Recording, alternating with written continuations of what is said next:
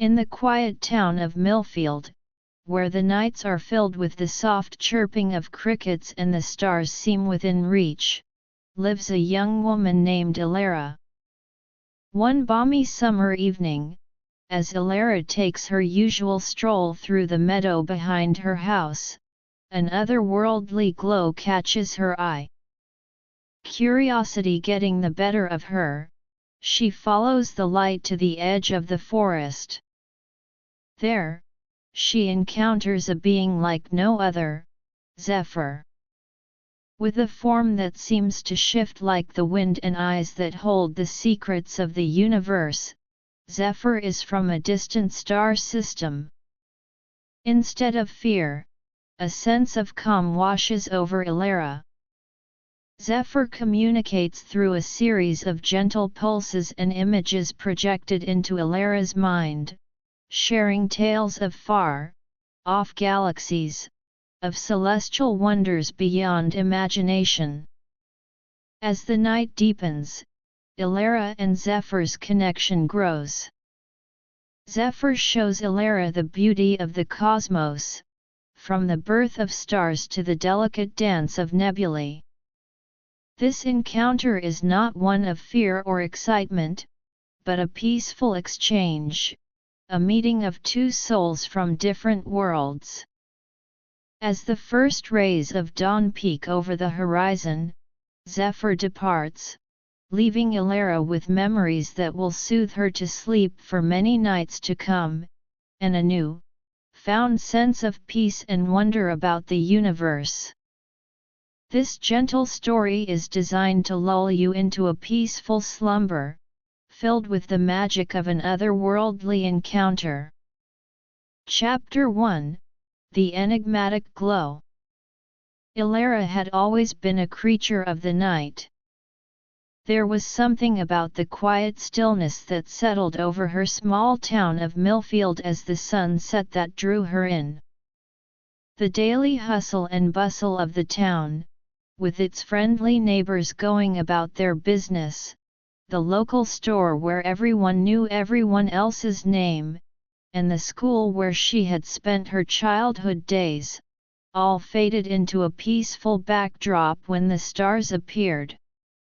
Ilara's house was a charming, two-story abode on the outskirts of town. It was surrounded by a well-kept garden filled with wild flowers that swayed gently in the evening breeze, their sweet fragrance carried on the air. Behind the house, stretching out as far as the eye could see, was a meadow. The meadow was Ilara's sanctuary, a place where she could lose herself in thought, away from the prying eyes of the world. On this particular evening, as the moon rose high in the sky, casting a pale silver light over the landscape, Ilara decided to take her usual stroll through the meadow. She slipped on a pair of worn-in sandals and a light shawl to ward off the slight chill that came with the night. The grass beneath her feet was soft and cool, and with each step, she could hear the gentle rustling sound it made. The meadow was alive with the sounds of the night. Crickets chirped in a rhythmic chorus, and every now and then, a small nocturnal animal would scurry through the underbrush, causing the grass to move slightly. Ilara inhaled deeply, filling her lungs with the fresh, earthy scent of the meadow. It was a scent that always made her feel at peace, as if she was a part of something much larger than herself. As she walked deeper into the meadow, something caught her eye.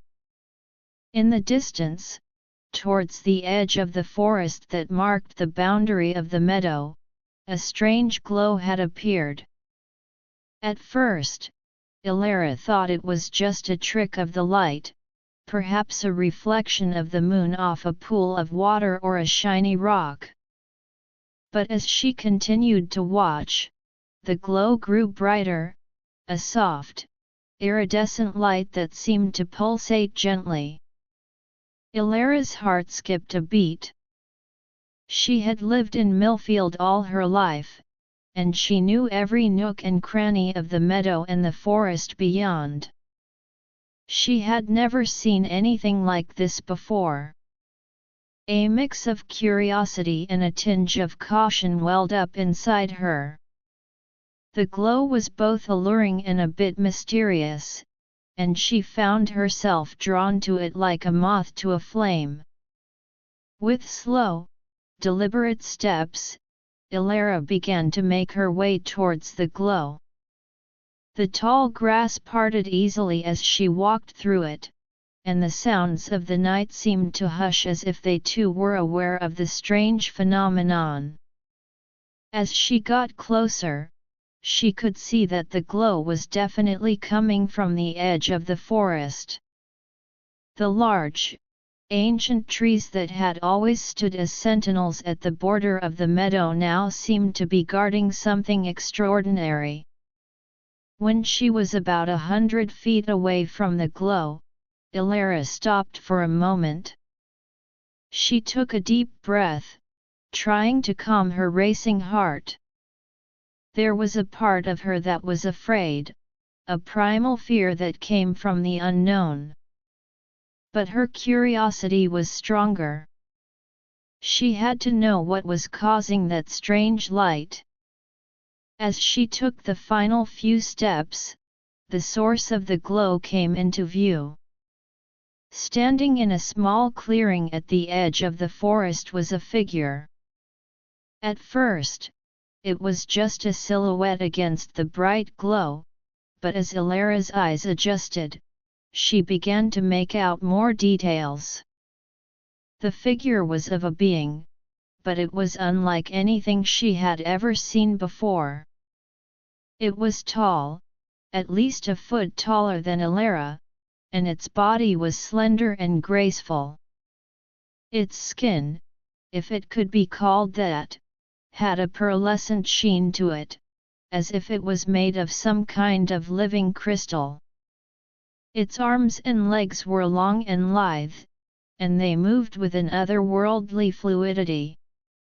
But what caught Ilara's attention the most were the being's eyes. They were large, almond-shaped, and filled with a warm, golden light. Those eyes seemed to hold a depth of wisdom and kindness that immediately put Ilara at ease. The fear that had been gnawing at her moments ago began to fade away. "Hello," Ilara said, her voice soft and hesitant. It was as if she was afraid that any louder sound would shatter the spell of this moment. The being didn't respond in words, but Ilara felt a strange sensation, like a gentle wave of energy washing over her. It was a feeling of calm, of being welcomed. Ilara took a few more steps forward, closing the distance between them. As she got closer, she could see that the being's form seemed to shift and change ever so slightly, like the way light plays on the surface of a rippling pond. It was as if it was not quite solid, as if it existed on some other plane of reality. The being extended what appeared to be a hand towards Ilara. The hand was long and delicate, with fingers that ended in what looked like small, glowing orbs. Ilara stared at the hand for a moment, unsure of what to do. But then, as if by some invisible force, she reached out and touched it. A strange sensation coursed through Ilara's body. It was like a gentle electric current, but instead of pain, it was a tingle of something new, something exciting. Images began to form in her mind, vivid and bright. She saw a vast expanse of stars, more stars than she had ever seen in the night sky above Millfield. They were arranged in patterns she had never known existed, swirling and dancing in a cosmic ballet. Ilara realized that the being was communicating with her, not through words, but through these images. She concentrated, trying to understand what the being was trying to tell her. More images flashed through her mind, images of strange, beautiful planets with swirling atmospheres of colors she couldn't even name. There were cities built on the sides of mountains, with structures that seemed to defy the laws of physics. The being then showed her images of its journey through space. Ilara could feel the vastness of the cosmos, the emptiness of the void, and the exhilaration of traveling at speeds she could only imagine. It was as if she was experiencing the journey herself, hurtling through the inky blackness of space, passing by stars and galaxies like they were mere specks of dust. As the images faded, Ilara found herself looking back into the being's golden eyes. "You're from another planet, aren't you?" she asked, her voice filled with a mix of wonder and awe. The being pulsed a gentle light in response, and Ilara took that as a yes. Ilara took a step back, trying to process everything that was happening. She had always been a believer in the possibility of life beyond Earth, but to actually be standing in front of an alien being was something she had never expected. Over the next few minutes, Ilara and the being continued to communicate in this wordless way. The being, which Ilara would later come to know as Zephyr, shared more about its home planet. It was a world where technology and nature coexisted in perfect harmony. The people of Zephyr's planet had long since learned to live in balance with the universe, using their advanced knowledge to enhance the beauty and sustainability of their world. Zephyr showed Ilara images of its people, who all seemed to have a connection to the energy of the universe. They could manipulate light and energy, using it for everything from building their homes to traveling between the stars. Ilara was fascinated by these images, by the idea of a civilization so advanced and yet so in tune with the natural world. As they continued to communicate, Ilara also shared bits and pieces of her life in Millfield. She showed Zephyr images of her house, of the meadow she loved so much, and of the people in her town. She shared her love for the simple things in life, the smell of freshly baked bread from the local bakery, the sound of children laughing in the park, and the feeling of the sun on her face on a warm summer day. Zephyr seemed to be as fascinated by Ilara's life as she was by its. It projected images of curiosity, asking questions about the way humans lived, about their emotions, and about their relationships. Ilara did her best to answer, using a combination of images and emotions to convey her thoughts. As the night deepened, the connection between Ilara and Zephyr grew stronger. They were like two souls from different worlds, sharing their stories, their hopes, and their dreams. The meadow around them seemed to be in a state of suspended animation, as if the very earth itself was holding its breath, witnessing this extraordinary encounter. Ilara felt a sense of peace and belonging that she had never felt before. Despite the vast differences between her world and Zephyr's, she felt a deep connection to this alien being.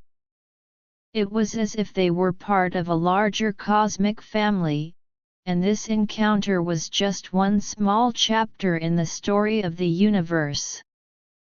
As the hours passed, Ilara realized that she had lost all sense of time. She was completely engrossed in her conversation with Zephyr.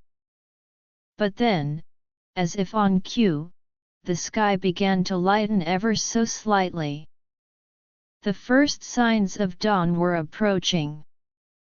Zephyr seemed to sense the coming of the day as well.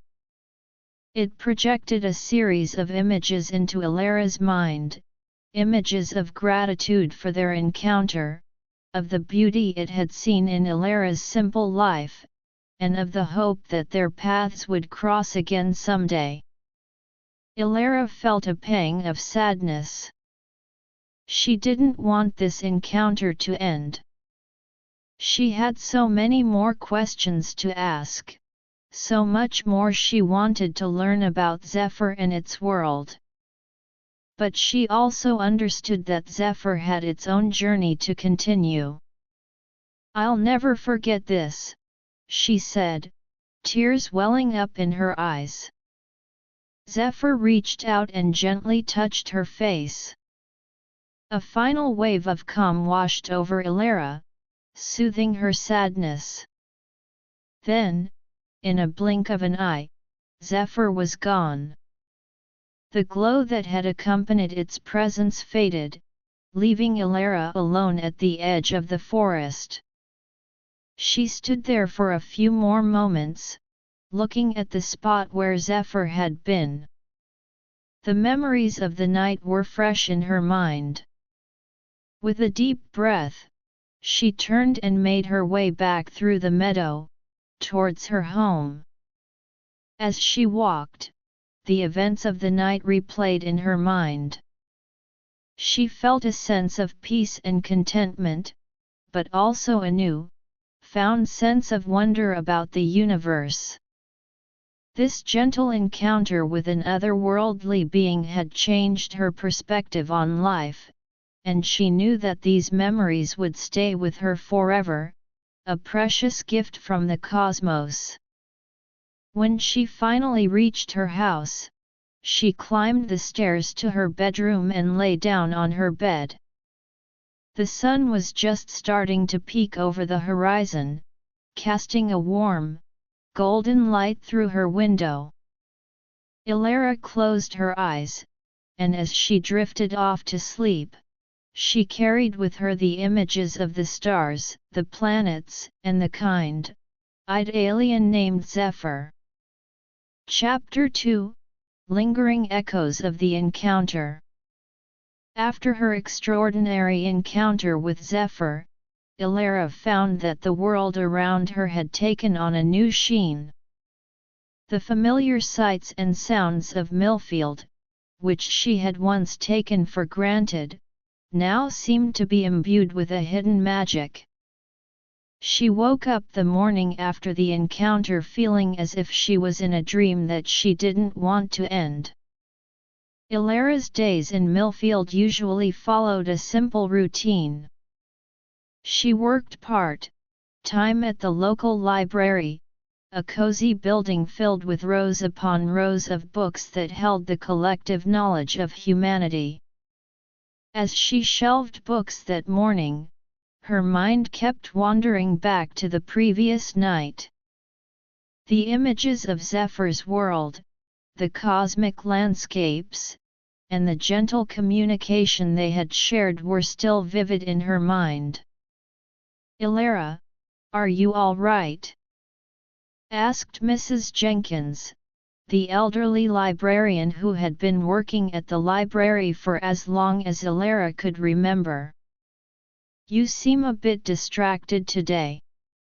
Ilara snapped out of her reverie. "Oh, I'm fine, Mrs. Jenkins. Just a bit tired, I guess." She offered a half-hearted smile, not quite ready to share the truth of what had happened to her. How could she explain to anyone in Millfield that she had met an alien from another planet? they would think she was crazy. As the day wore on, Ilara couldn't shake the feeling that she was carrying a secret too big to keep. Every time she looked out of the library window at the town square, filled with people going about their daily lives, she felt a sense of distance. She had seen things, experienced things that were beyond their comprehension, and it made her feel a bit isolated. That evening, as the sun began to set, Ilara found herself drawn back to the meadow. She knew that Zephyr was gone, but she couldn't resist the pull of the place where they had met. The meadow was bathed in a warm, orange, red glow, and the grass seemed to be whispering secrets in the gentle breeze. Ilara walked to the exact spot where she had encountered Zephyr. The ground was still slightly indented from where they had stood, and she could almost feel the remnants of the energy that had filled the air that night. She sat down on the grass, crossing her legs, and closed her eyes. In the quiet of the meadow, Ilara tried to recall every detail of her encounter with Zephyr. She remembered the way Zephyr's body had shimmered, the warmth in its golden eyes, and the way it had communicated with her through images. As she concentrated, she found that she could still sense a faint connection to Zephyr, like a thread stretching across the vastness of space. Suddenly, Ilara felt a gentle presence. Her eyes flew open, and for a moment, she thought Zephyr had returned. But it was just a small, white butterfly that fluttered down and landed on her outstretched hand. The butterfly's wings were delicate, with a pattern of black dots that resembled the stars in the night sky. Ilara stared at the butterfly, a strange feeling of familiarity washing over her. She wondered if this was some kind of sign from Zephyr, a way of letting her know that their connection was still there. The butterfly stayed on her hand for a few moments, as if it was trying to convey a message, and then it took off, fluttering away into the sunset. As Ilara watched the butterfly disappear, she realized that she needed to find a way to hold on to this connection, to make sense of what had happened to her. She decided to start keeping a journal, a place where she could write down her memories of the encounter, the images Zephyr had shown her, and her own thoughts and feelings. When she got home that night, Ilara sat at her desk and pulled out a blank notebook. She titled the first page "My Encounter with Zephyr" and began to write. She described the glow in the meadow, the first sight of Zephyr, and the images of its world that had filled her mind. As she wrote, she felt a sense of relief, as if she was sharing her secret with someone, even if it was just the pages of a notebook. Over the next few days, Ilara continued to write in her journal. She also started to do some research on the universe, looking for any signs or clues that could explain what she had seen. She spent hours at the library, poring over books on astronomy, physics, and the possibility of extraterrestrial life. One day, while she was looking through a book on distant galaxies, she came across a description of a planet that seemed eerily similar to the one Zephyr had shown her. The book described a planet with a unique crystal-based ecosystem, where the inhabitants were said to have a deep connection to the energy of the universe. Ilara's heart raced as she read the passage. Could this be a real, world account of Zephyr's home planet? She copied down the details from the book into her journal, along with her own thoughts and questions.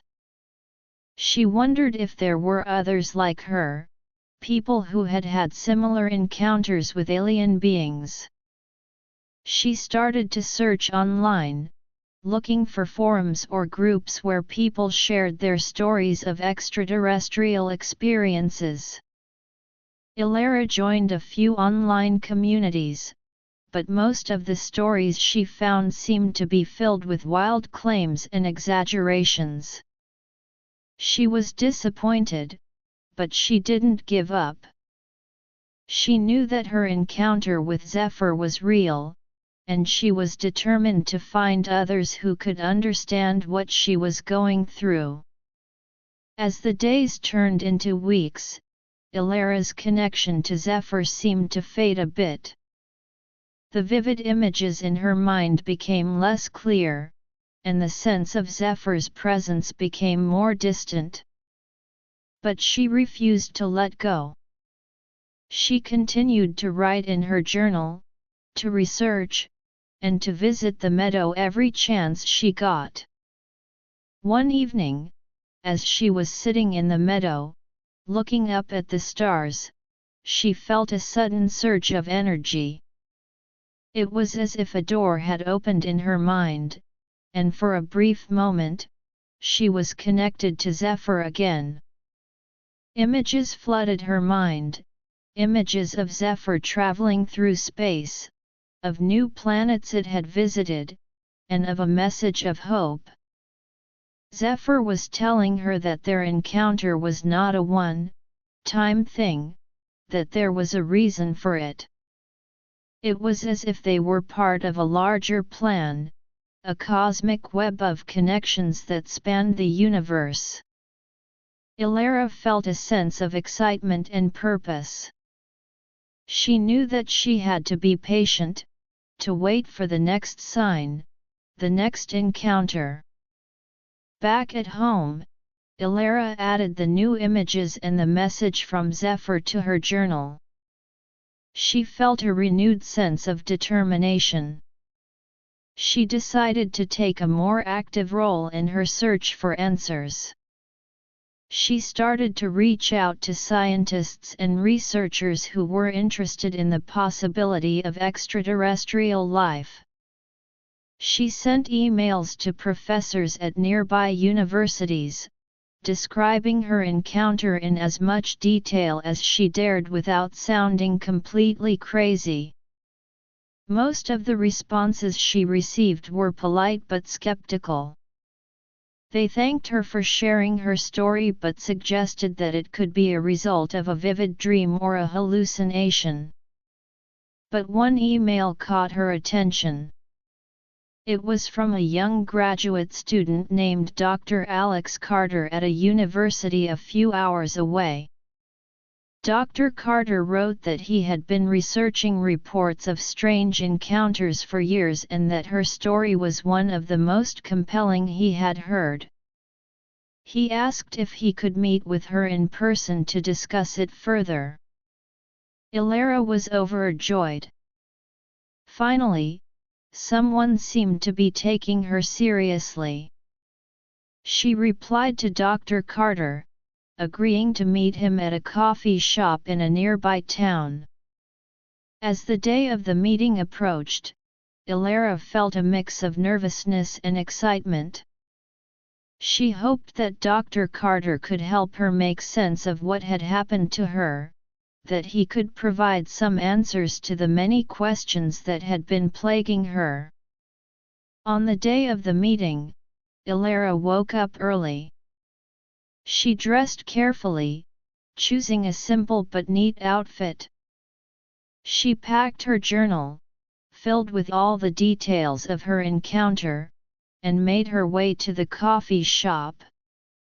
As she sat at a table, waiting for Dr. Carter, her heart was pounding. When Dr. Carter arrived, he was not at all what Ilara had expected.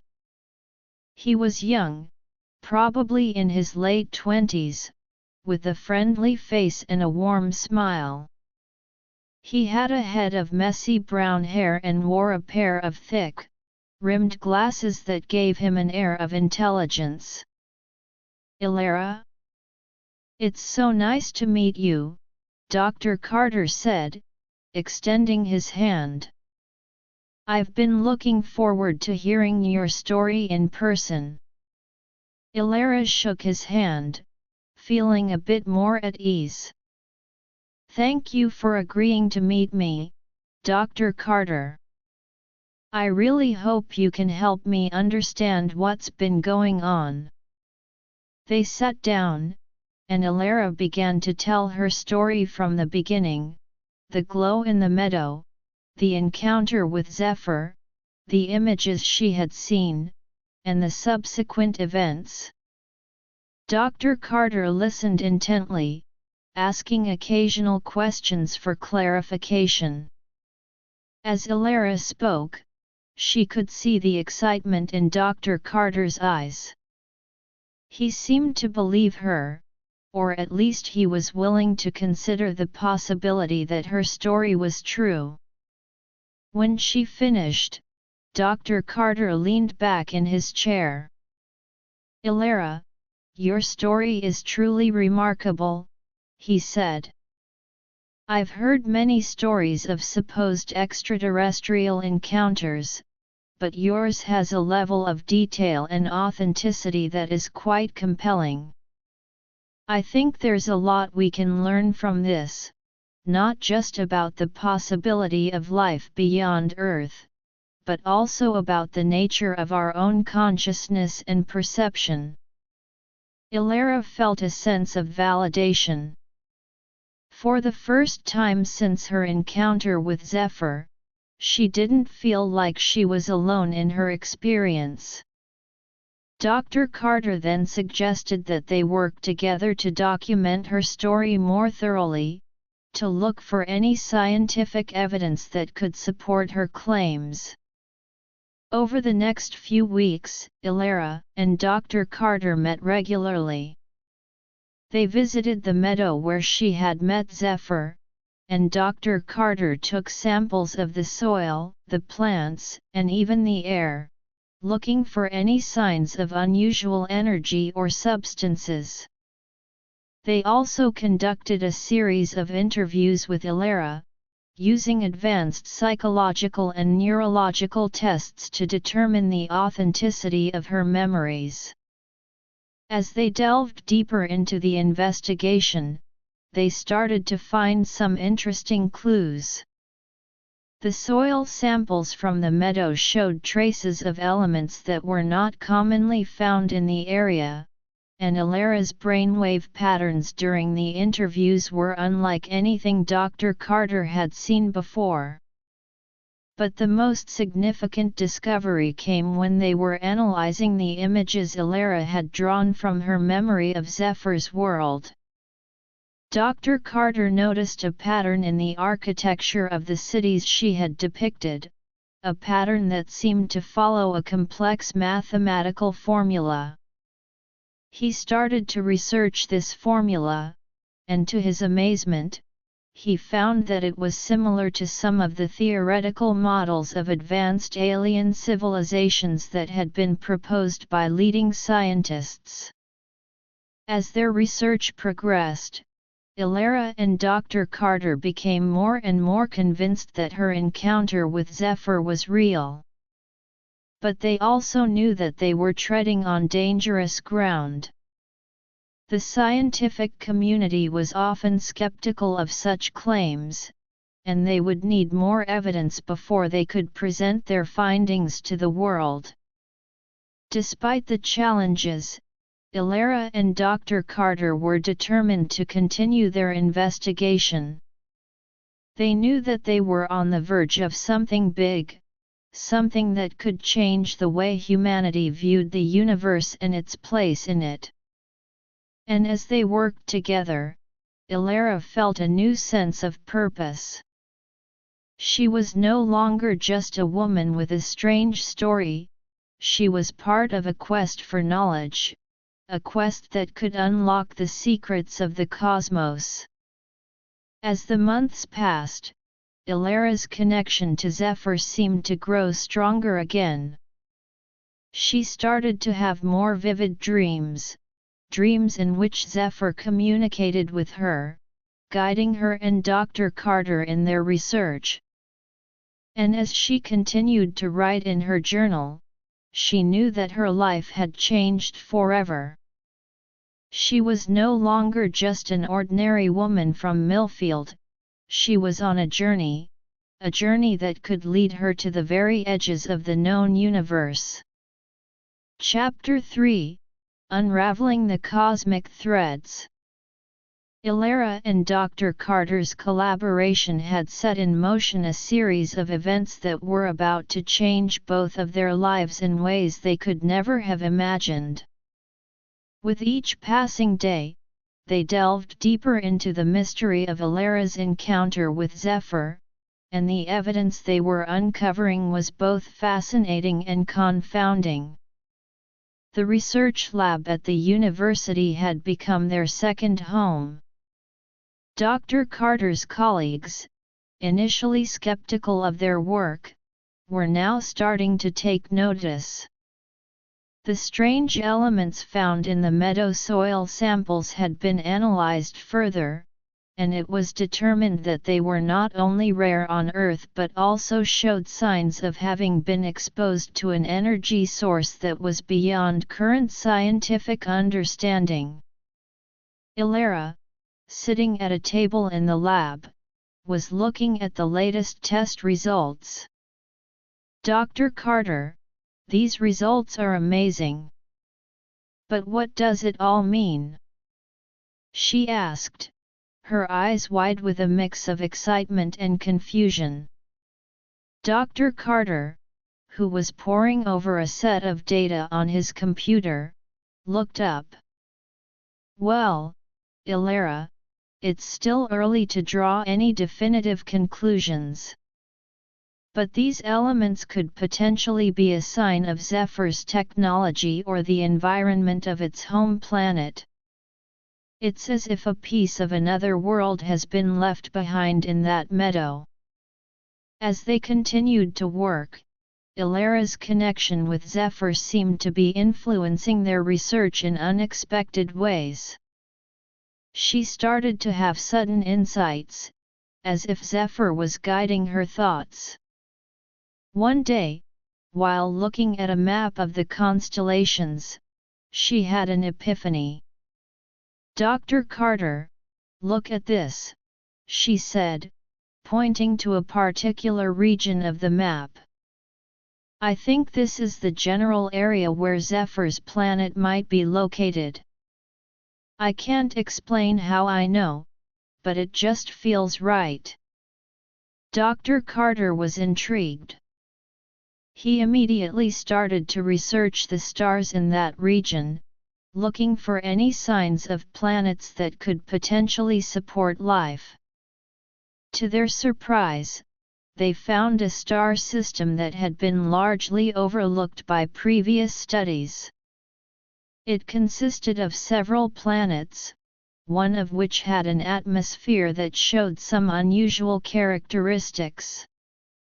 The more they investigated this star system, the more convinced they became that it could be Zephyr's home. But they knew they needed more than just speculation. They needed hard evidence.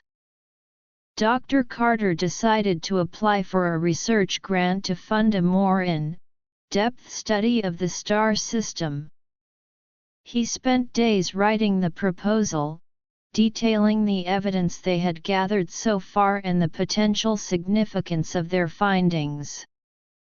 Ilara, in the meantime, continued to document her experiences and the insights she received from her connection with Zephyr. One night, as Ilara was sleeping, she had a vivid dream. Zephyr appeared to her, and this time, it showed her a complex symbol. When she woke up, she quickly drew the symbol in her journal. She showed it to Dr. Carter the next day. I have no idea what this symbol means, but I feel like it's important, Ilara said. Dr. Carter studied the symbol carefully.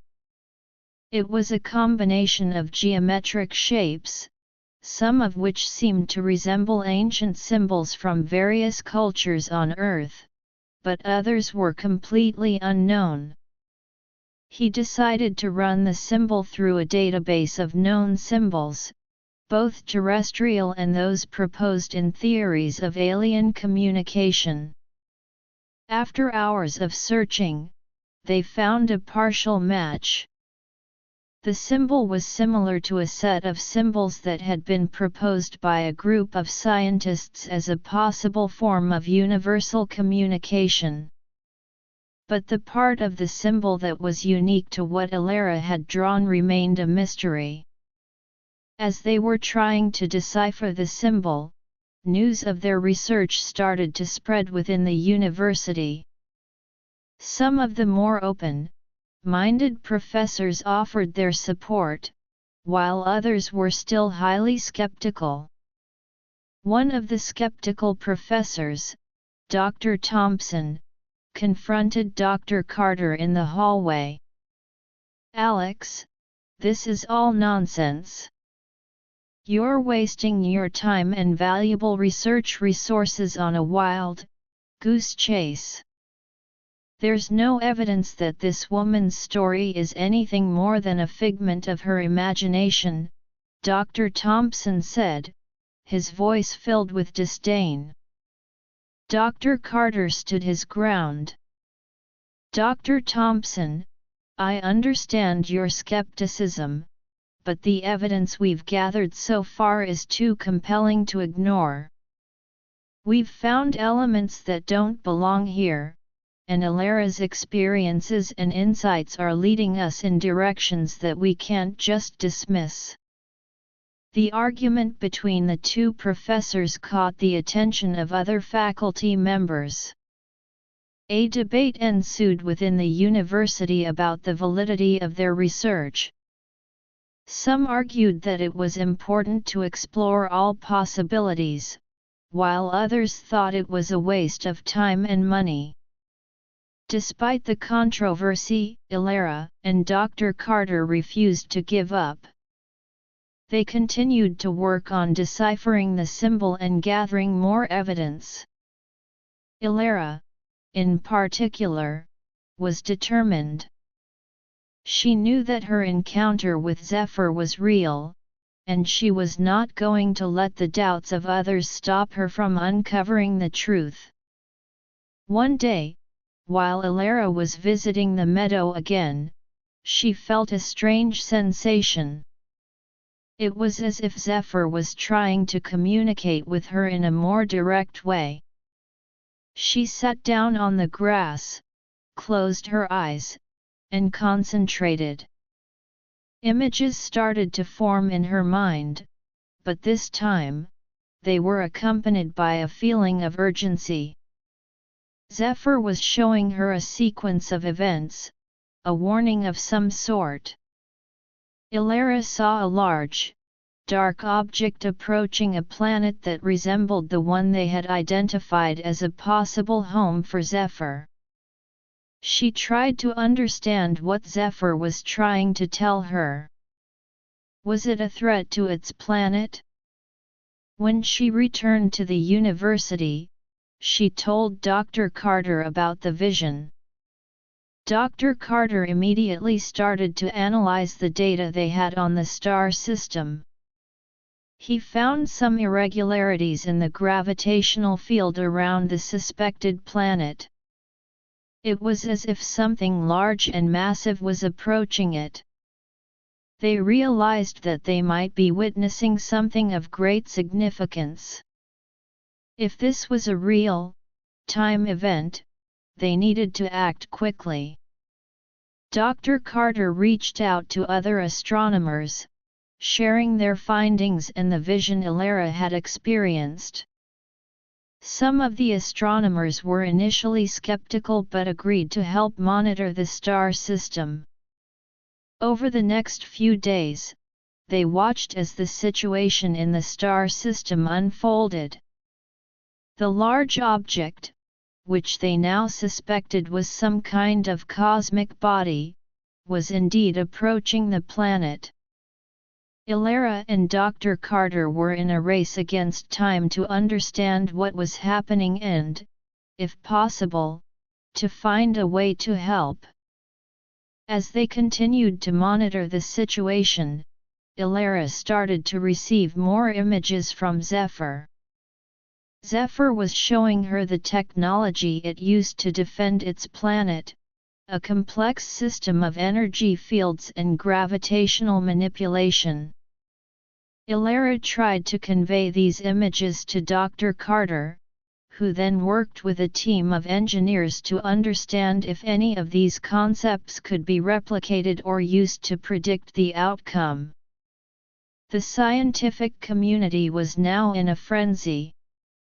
The story of Ilara's encounter with Zephyr and the unfolding events in the star system had caught the attention of the media.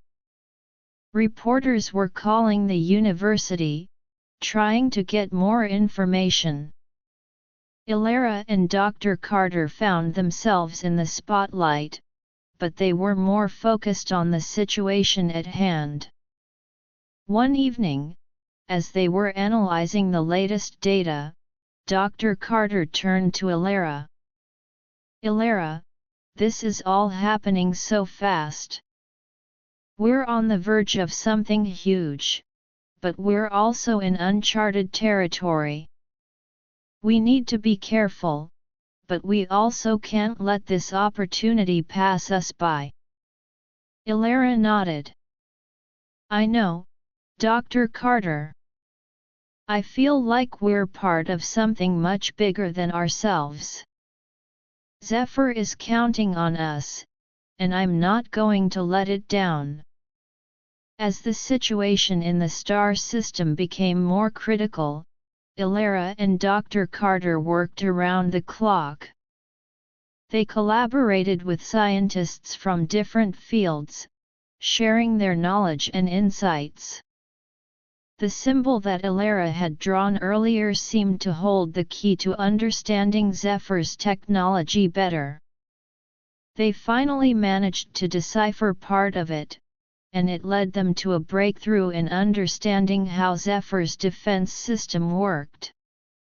Using this new knowledge, they were able to make some predictions about the approaching cosmic body.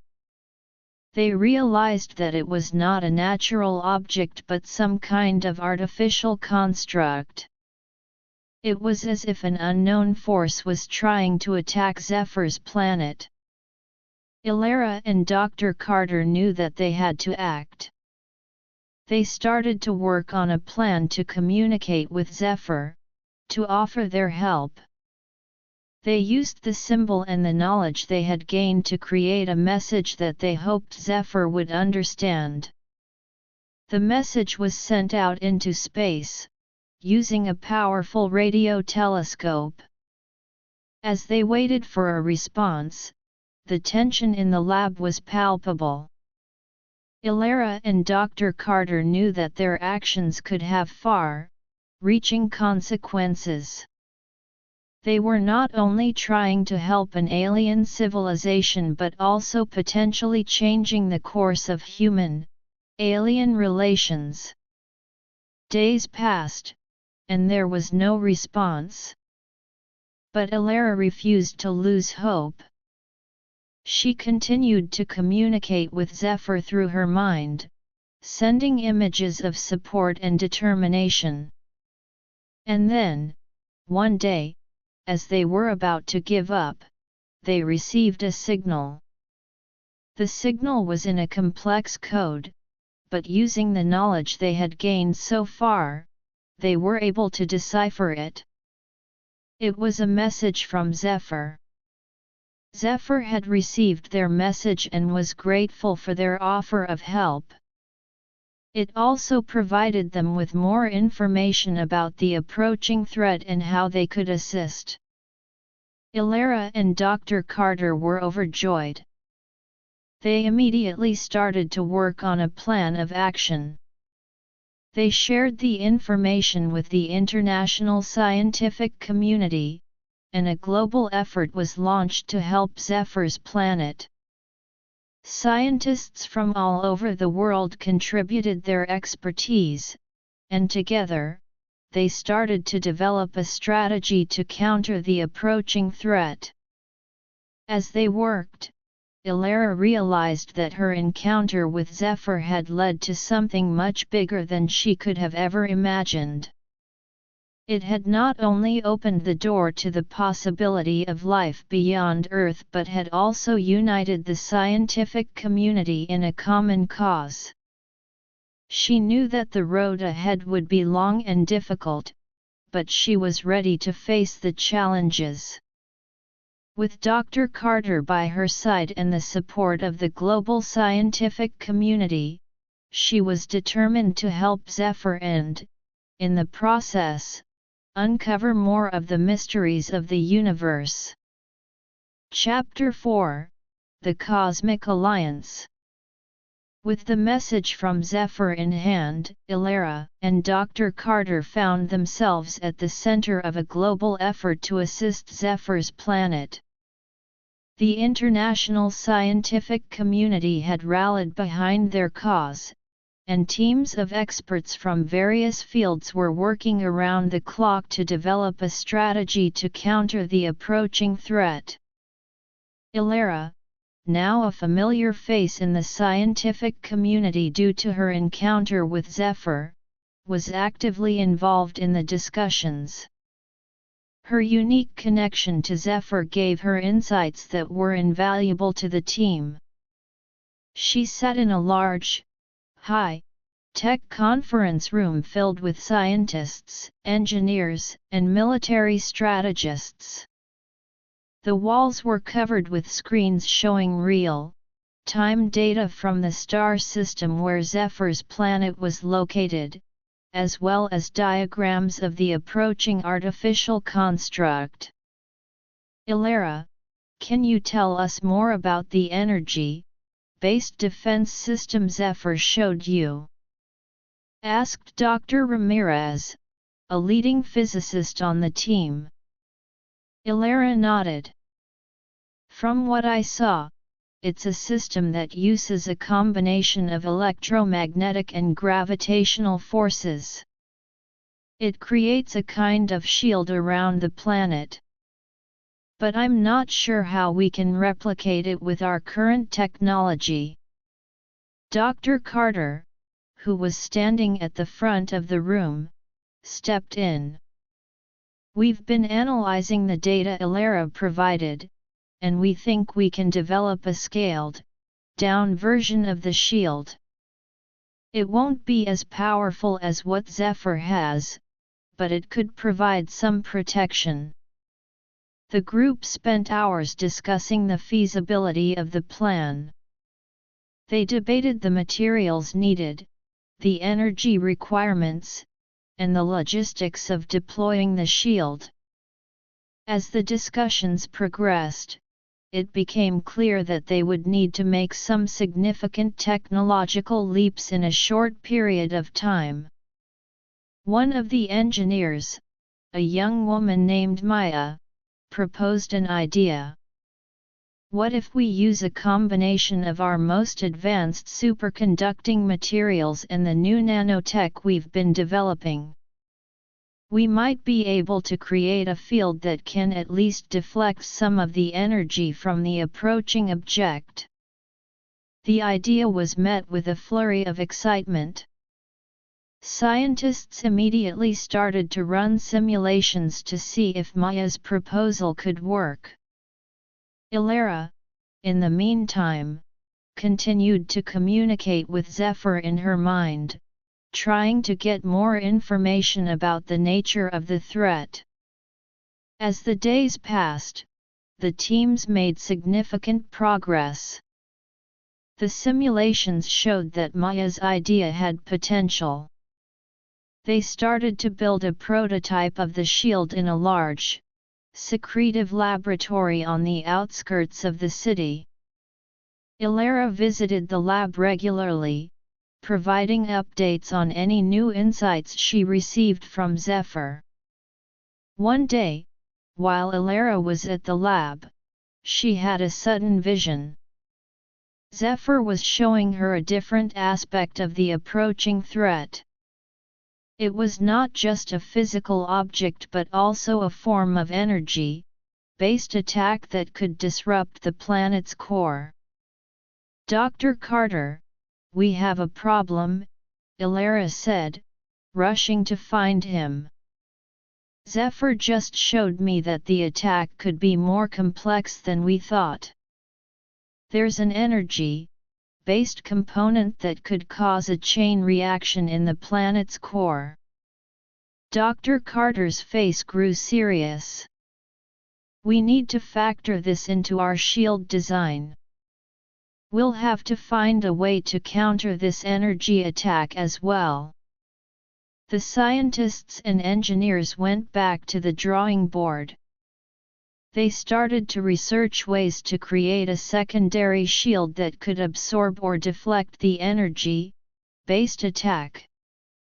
Ilara, feeling a sense of responsibility, spent hours meditating, trying to establish a stronger connection with Zephyr to get more details. During one of her meditations, Zephyr showed her a new symbol. This symbol, when she drew it and showed it to the team, seemed to hold the key to creating the secondary shield. Dr. Carter and the others immediately recognized that the symbol was related to a concept in theoretical physics that had never been fully explored on Earth. They started to research the implications of the symbol, and over the next few days, they made a breakthrough. They were able to develop a new type of energy-absorbing material based on the concept represented by the symbol. This material could potentially be used to create the secondary shield. As the construction of the shields continued, the international team also worked on a communication plan.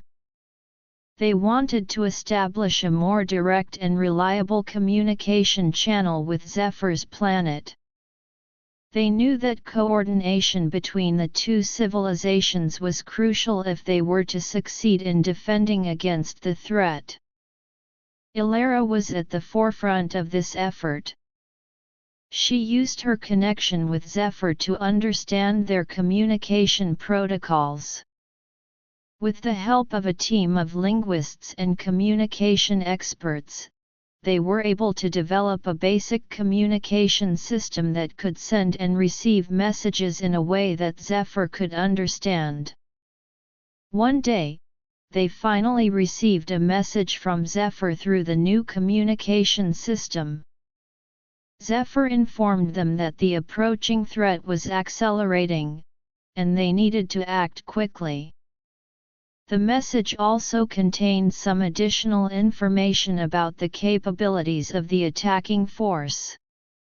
The news sent the team into a frenzy. They redoubled their efforts, working around the clock to complete the shields and finalize the defense plan. Ilara, despite the long hours and the stress, remained focused. She knew that the fate of Zephyr's planet, and potentially the future of human-alien relations, depended on their success. As the deadline approached, the shields were finally completed.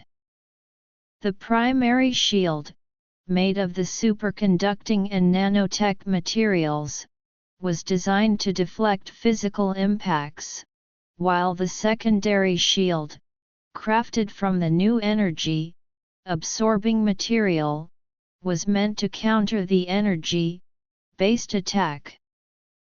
The next step was to deploy the shields.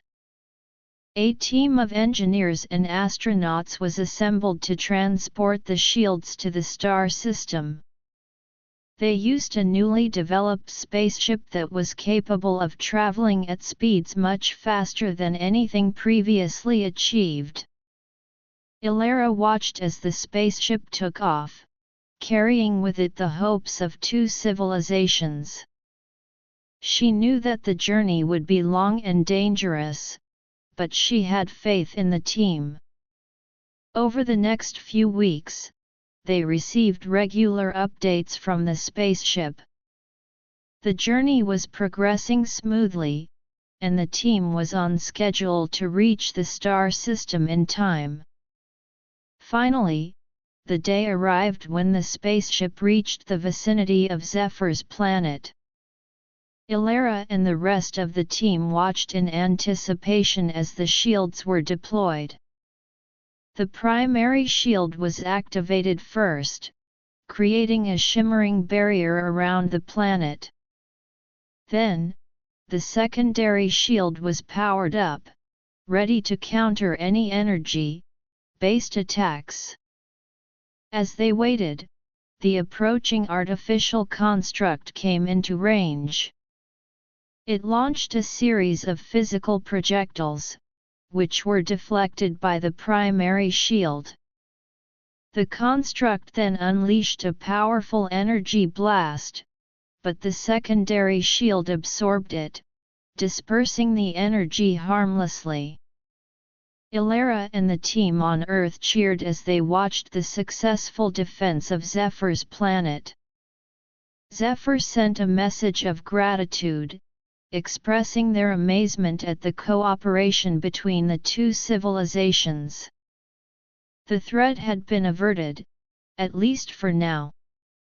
In the aftermath of the successful defense, Ilara and Dr. Carter were hailed as heroes. But they knew that this was just the beginning. The experience had brought the human race and Zephyr's civilization closer together. There were now opportunities for scientific exchange, cultural understanding, and a new era of exploration. Ilara, reflecting on the journey, realized how much she had grown. From a simple woman in Millfield who had a chance encounter with an alien, she had become a key player in an intergalactic alliance.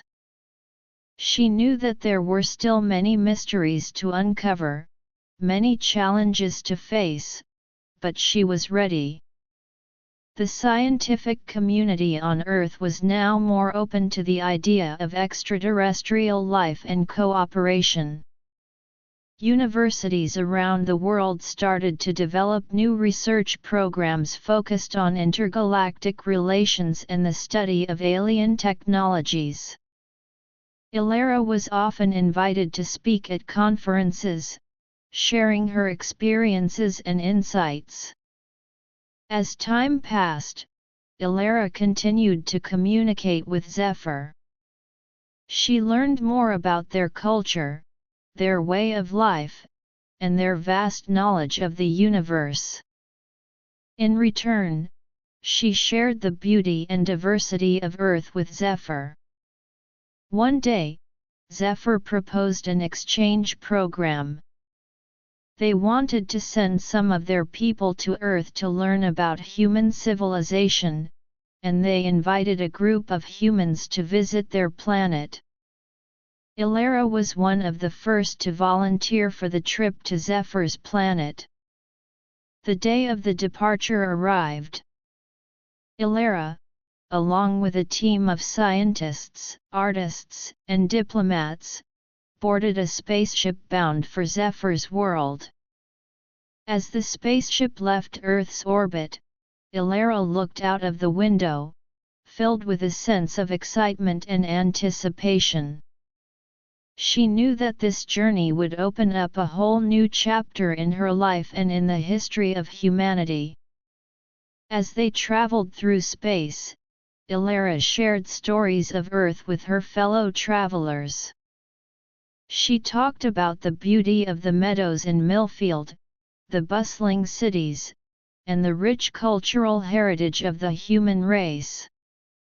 The other passengers listened intently, their minds filled with images of the planet they were leaving behind and the unknown world they were about to explore. After a long journey, the spaceship finally approached Zephyr's planet. The planet was a sight to behold. It was a vibrant blue-green color, with swirling clouds and a network of glowing energy fields. As they entered the planet's atmosphere, Ilara felt a sense of awe. When they landed, they were greeted by a group of Zephyrans. Ilara recognized some of the features of Zephyr in their appearance. The Zephyrans welcomed them with warmth and hospitality. They were shown around the planet, introduced to their advanced technology, and immersed in their culture. Ilara spent her days on Zephyr's planet learning, exploring, and building bridges between the two civilizations. She visited their schools, where children learned not only about science and technology but also about the interconnectedness of all life in the universe. She saw their art, which was a beautiful blend of colors and energy, and she participated in their cultural festivals.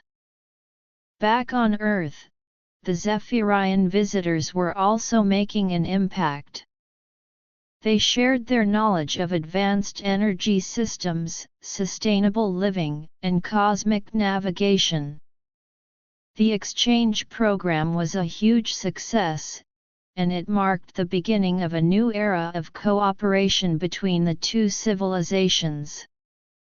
Ilara, as the bridge between the two worlds, continued to play a crucial role. She knew that the future held many possibilities, and she was excited to be a part of this new chapter in the cosmic story. With each passing day, she looked forward to the adventures that awaited, knowing that the bond between Earth and Zephyr's planet would only grow stronger. Chapter 5: Cosmic Crossroads and New Horizons. Ilara's arrival on Zephyr's planet was like stepping into a living, breathing utopia. The air was filled with a gentle, iridescent glow, and the very ground seemed to hum with an otherworldly energy. The Zephyrians, with their kind, golden-eyed stares, led the human delegation through the sprawling, crystalline cities. Each structure was a marvel of engineering, seamlessly integrating with the natural landscape. Ilara found herself in a state of constant wonder. She was assigned a Zephyrian guide named Arya, who was eager to show her the many wonders of their world.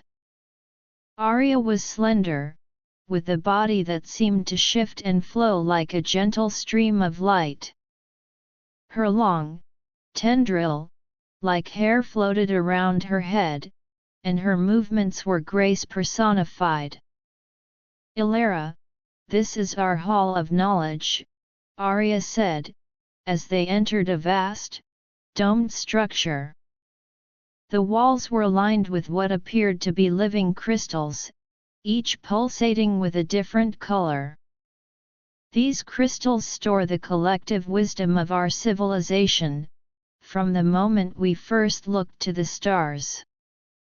Ilara walked up to one of the crystals and placed her hand on it. Instantly, a flood of images, knowledge, and emotions filled her mind. She saw the Zephyrians' journey of self-discovery, their technological advancements, and their deep spiritual connection to the universe. It was a sensory overload, but Ilara was eager to absorb it all. As the days passed, Ilara delved deeper into Zephyrian culture. She learned about their unique form of governance, which was based on a consensus building system that involved every member of the community. Decisions were made not for personal gain but for the greater good of the planet and all its inhabitants.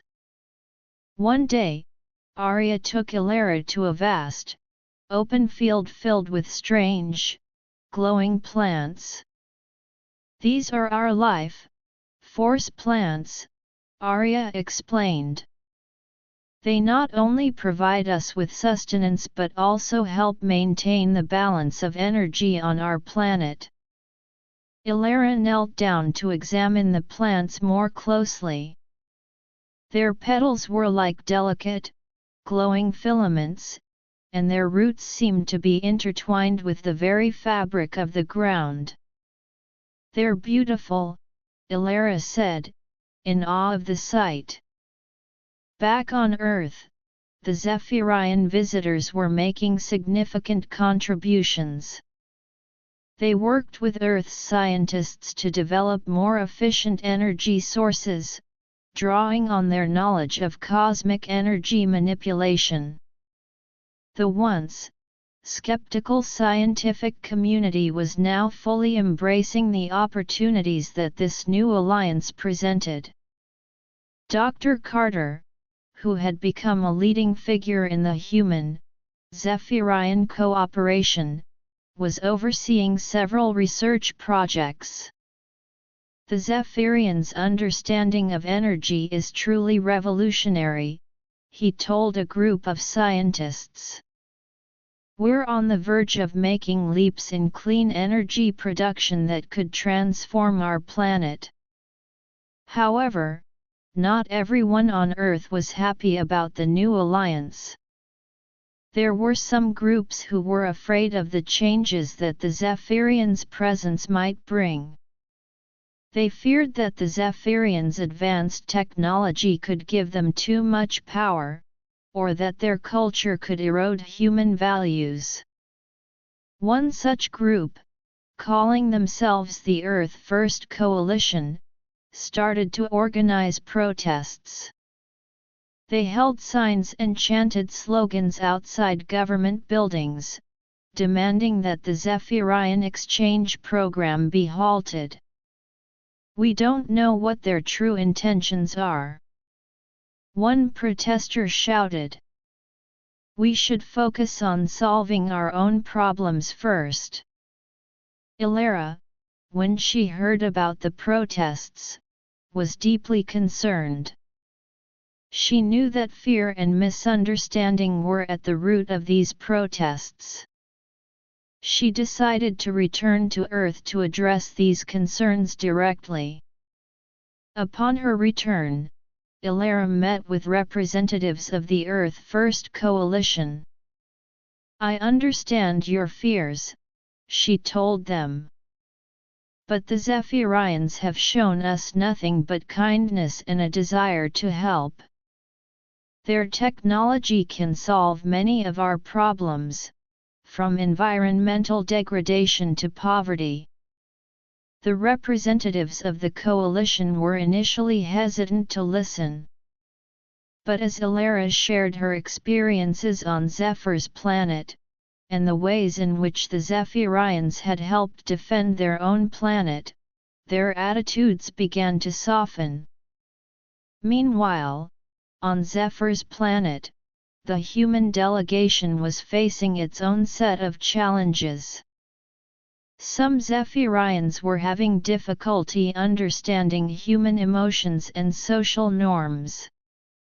For example, the concept of personal property, which was deeply ingrained in human culture, was foreign to the Zephyrians, who believed in the common ownership of resources.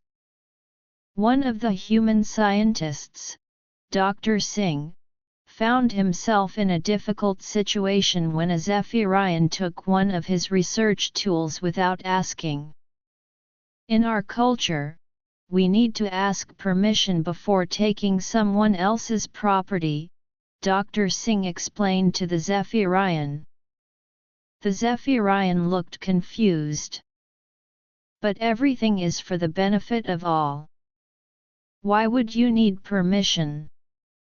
Dr. Singh realized that there was a significant cultural gap that needed to be bridged. He started to educate the Zephyrians about human social norms, and in return, he learned more about their way of thinking. Ilara, back on Earth, continued to work on building trust between the two groups. She organized cultural exchange events, where Zephyrians and humans could interact, share their art, music, and stories. At one such event, a Zephyrian artist created a beautiful, floating sculpture using energy manipulation, while a human musician played a traditional earth melody on a violin. The event was a huge success, and it helped to dispel many of the fears and misunderstandings. More and more people started to see the benefits of the alliance. The Earth First Coalition's protests gradually died down, and people began to embrace the opportunities for growth and learning that the Zephyrians presented. As time passed, the human, Zephyrian alliance continued to grow stronger. New research projects were launched, focusing on areas such as intergalactic travel, medical advancements, and the study of cosmic phenomena. Ilara, now a respected ambassador between the two civilizations, was at the heart of these developments. One day, Arya visited Earth to meet with Ilara. "Ilara, we've made a new discovery," Arya said, her eyes glowing with excitement. "We've found a way to create a stable wormhole that could allow for near, instantaneous travel between our planets." Ilara was stunned. "That's incredible, Arya. This could change everything." The news spread quickly, and both planets were filled with excitement. The prospect of easier travel between Earth and Zephyr's planet meant that cultural exchange could increase exponentially, and scientific collaboration could reach new heights. The teams of scientists from both planets started to work on the practical aspects of the wormhole technology. They faced many challenges, such as ensuring the stability of the wormhole and developing a navigation system that could safely guide spaceships through it. Ilara, as always, was actively involved in the process. She used her unique connection with Zephyr to gain insights into the technology. She also helped to communicate between the two teams of scientists, who sometimes had difficulty understanding each other's technical jargon. As the research on the wormhole progressed, Ilara reflected on how far they had come. From a simple encounter in a meadow to a full-fledged intergalactic alliance, it had been an incredible journey. She knew that there would still be challenges ahead, but she was confident that with the cooperation and understanding between the two civilizations, they could overcome anything. The day finally arrived when the first test of the wormhole was scheduled. Ilara, Dr. Carter, Arya, and a team of scientists gathered at the test site. The wormhole, when activated, appeared as a swirling, iridescent portal in the middle of a large, specially designed chamber. Everyone held their breath as a small, unmanned probe was sent through the wormhole. After a few tense moments, a signal was received from the other side, indicating that the probe had made it through safely. Cheers erupted, and Ilara felt a sense of pride and excitement. With the successful test of the wormhole, the future looked brighter than ever. Ilara knew that this was just the beginning of a new era of exploration, cooperation, and understanding between Earth and Zephyr's planet. She looked forward to the many adventures that awaited, and the ways in which the two civilizations would continue to grow and learn from each other. As the celebrations continued, Ilara thought about the meadow in Millfield where it all began.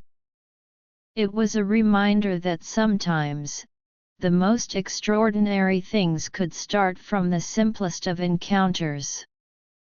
And as she looked at the swirling wormhole, she knew that the universe held countless more mysteries waiting to be uncovered. Chapter 6: Beyond the Wormhole, Expanding Horizons. The successful activation of the wormhole marked a new dawn for both Earth and Zephyr's planet. The once distant worlds were now connected in a way that seemed almost magical, and the implications of this newfound link were both exhilarating and daunting. Ilara, now a symbol of the friendship between the two civilizations, was at the forefront of the preparations for the first manned journey through the wormhole. She worked closely with teams of astronauts, scientists, and engineers from both planets to ensure the safety and success of the mission. Ilara, we've run the simulations 1,000 times, but there's always a small margin of error, said Captain Hernandez, the experienced astronaut chosen to lead the first mission.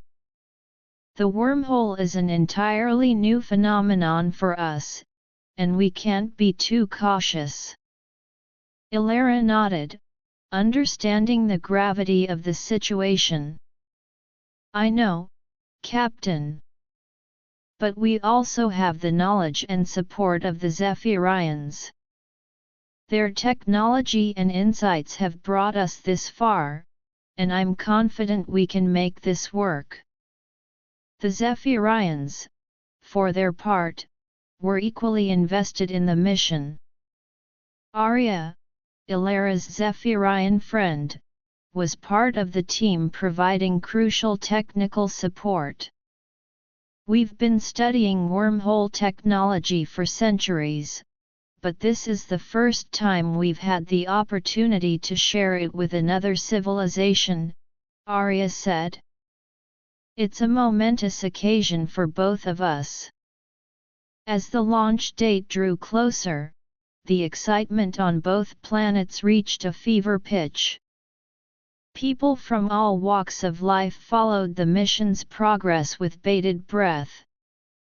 On Earth, schools organized special events to teach children about the significance of the journey, while on Zephyr's planet, the citizens gathered in communal spaces to watch the live feed of the preparations. Finally, the day of the launch arrived. The spaceship, a sleek, state-of-the-art vessel equipped with the latest Zephyrian and human technology, stood ready on the launch pad. Captain Hernandez and her crew of 6, a mix of humans and Zephyrans, boarded the ship. Ilara watched from the control room, her heart pounding with a mix of pride and nervousness. All systems are go, announced the flight controller. Countdown to launch, T-10, 9, 8. The spaceship roared to life, its engines blazing as it lifted off the ground. Ilara watched as it soared into the sky, disappearing from view as it made its way towards the wormhole. Inside the spaceship, Captain Hernandez and her crew were focused on the task at hand. We're approaching the wormhole, reported the navigator. Initiating final checks. The wormhole loomed ahead, a swirling mass of light and energy. As the spaceship entered, a strange sensation washed over the crew. Time and space seemed to distort, and for a moment, they were in a realm beyond their comprehension. Back in the control room, Ilara and the rest of the team watched the monitors intently. The readings were fluctuating wildly, but so far, everything seemed to be holding together. "Come on, guys," Ilara whispered under her breath. After what felt like an eternity, the spaceship emerged on the other side of the wormhole, in the vicinity of Zephyr's planet. "We've made it." Captain Hernandez's voice crackled over the communication system. Cheers erupted in the control room, and Ilara felt a wave of relief wash over her. The spaceship landed safely on Zephyr's planet, and the crew was greeted with a hero's welcome. Ilara, along with a delegation of Earth's officials, soon followed through the wormhole to join the celebration. The successful journey through the wormhole opened up a plethora of new opportunities. The two civilizations could now exchange goods, ideas, and knowledge at an unprecedented rate. A new era of trade was born, with Zephyrian technology and Earth-made products being exchanged across the cosmic divide. Ilara was instrumental in facilitating these exchanges. She helped establish trading posts on both planets, where humans and Zephyrians could interact and conduct business. The trading posts became hubs of cultural exchange as well, with music, art, and food from both worlds being shared and appreciated. In the scientific community, joint research projects multiplied.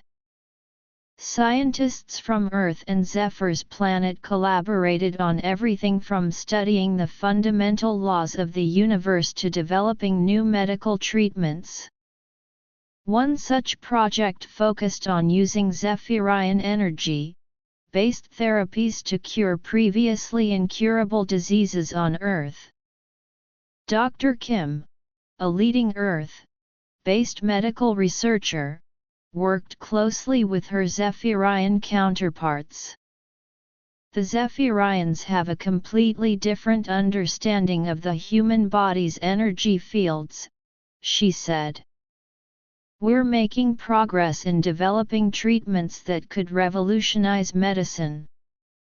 However, not all was smooth sailing. As the two civilizations became more intertwined, cultural clashes continued to occur. Some Zephyrians were still uncomfortable with the human concept of competition, which was deeply ingrained in many aspects of Earth's society. On the other hand, some humans found it difficult to adapt to the Zephyrians' slow-paced, consensus-based decision-making process. Ilara, once again, took on the role of mediator. She organized workshops and cultural exchange programs to help both sides understand each other better. "We need to respect each other's differences," she told a group of humans and Zephyrians. "Only then can we truly benefit from this alliance." One of the most significant challenges came from a group of rogue Zephyrians who opposed the alliance with humans. They believed that the Zephyrians were superior and that allying with humans would only lead to the degradation of their civilization. This group, calling themselves the Purists, began to carry out acts of sabotage against the trading posts and joint research facilities. The authorities on Zephyr's planet were quick to condemn the Purists' actions. Arya, who was deeply troubled by the division within her own society, worked with Ilara and the Zephyrian government to find a solution. "We can't let a small group of extremists ruin what we've built," Arya said. Ilara and Arya organized a series of meetings with the purists, trying to understand their concerns and find a way to bridge the gap. At first, the purists were reluctant to talk, but as Ilara and Arya continued to reach out, some of them began to listen. During one of these meetings, Ilara said, "We understand that you're concerned about the preservation of your culture. But the alliance with Earth is not about losing who you are. It's about growing, learning, and sharing. We can both benefit from each other's strengths." Slowly, some of the purists began to see the light. They realized that their fears were unfounded, and that the alliance could actually enhance Zephyrian civilization. With their change of heart, the acts of sabotage ceased, and the relationship between the two civilizations began to heal.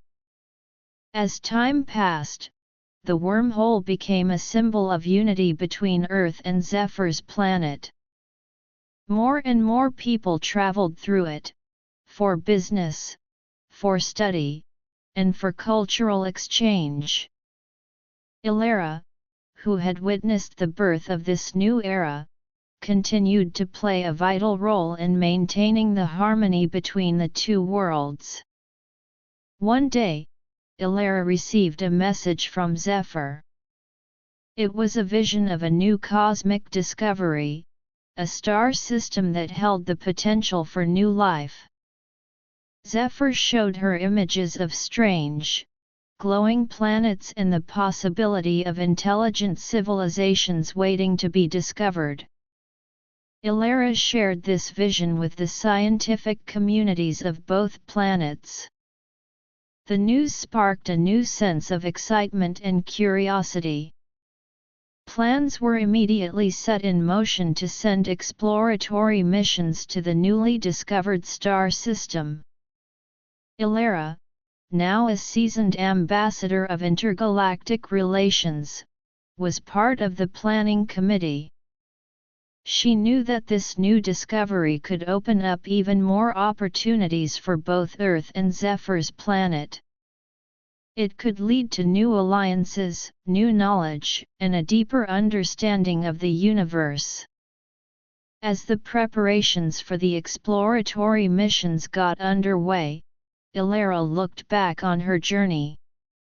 From a simple encounter in a meadow to being at the center of intergalactic cooperation and discovery, it had been a remarkable odyssey.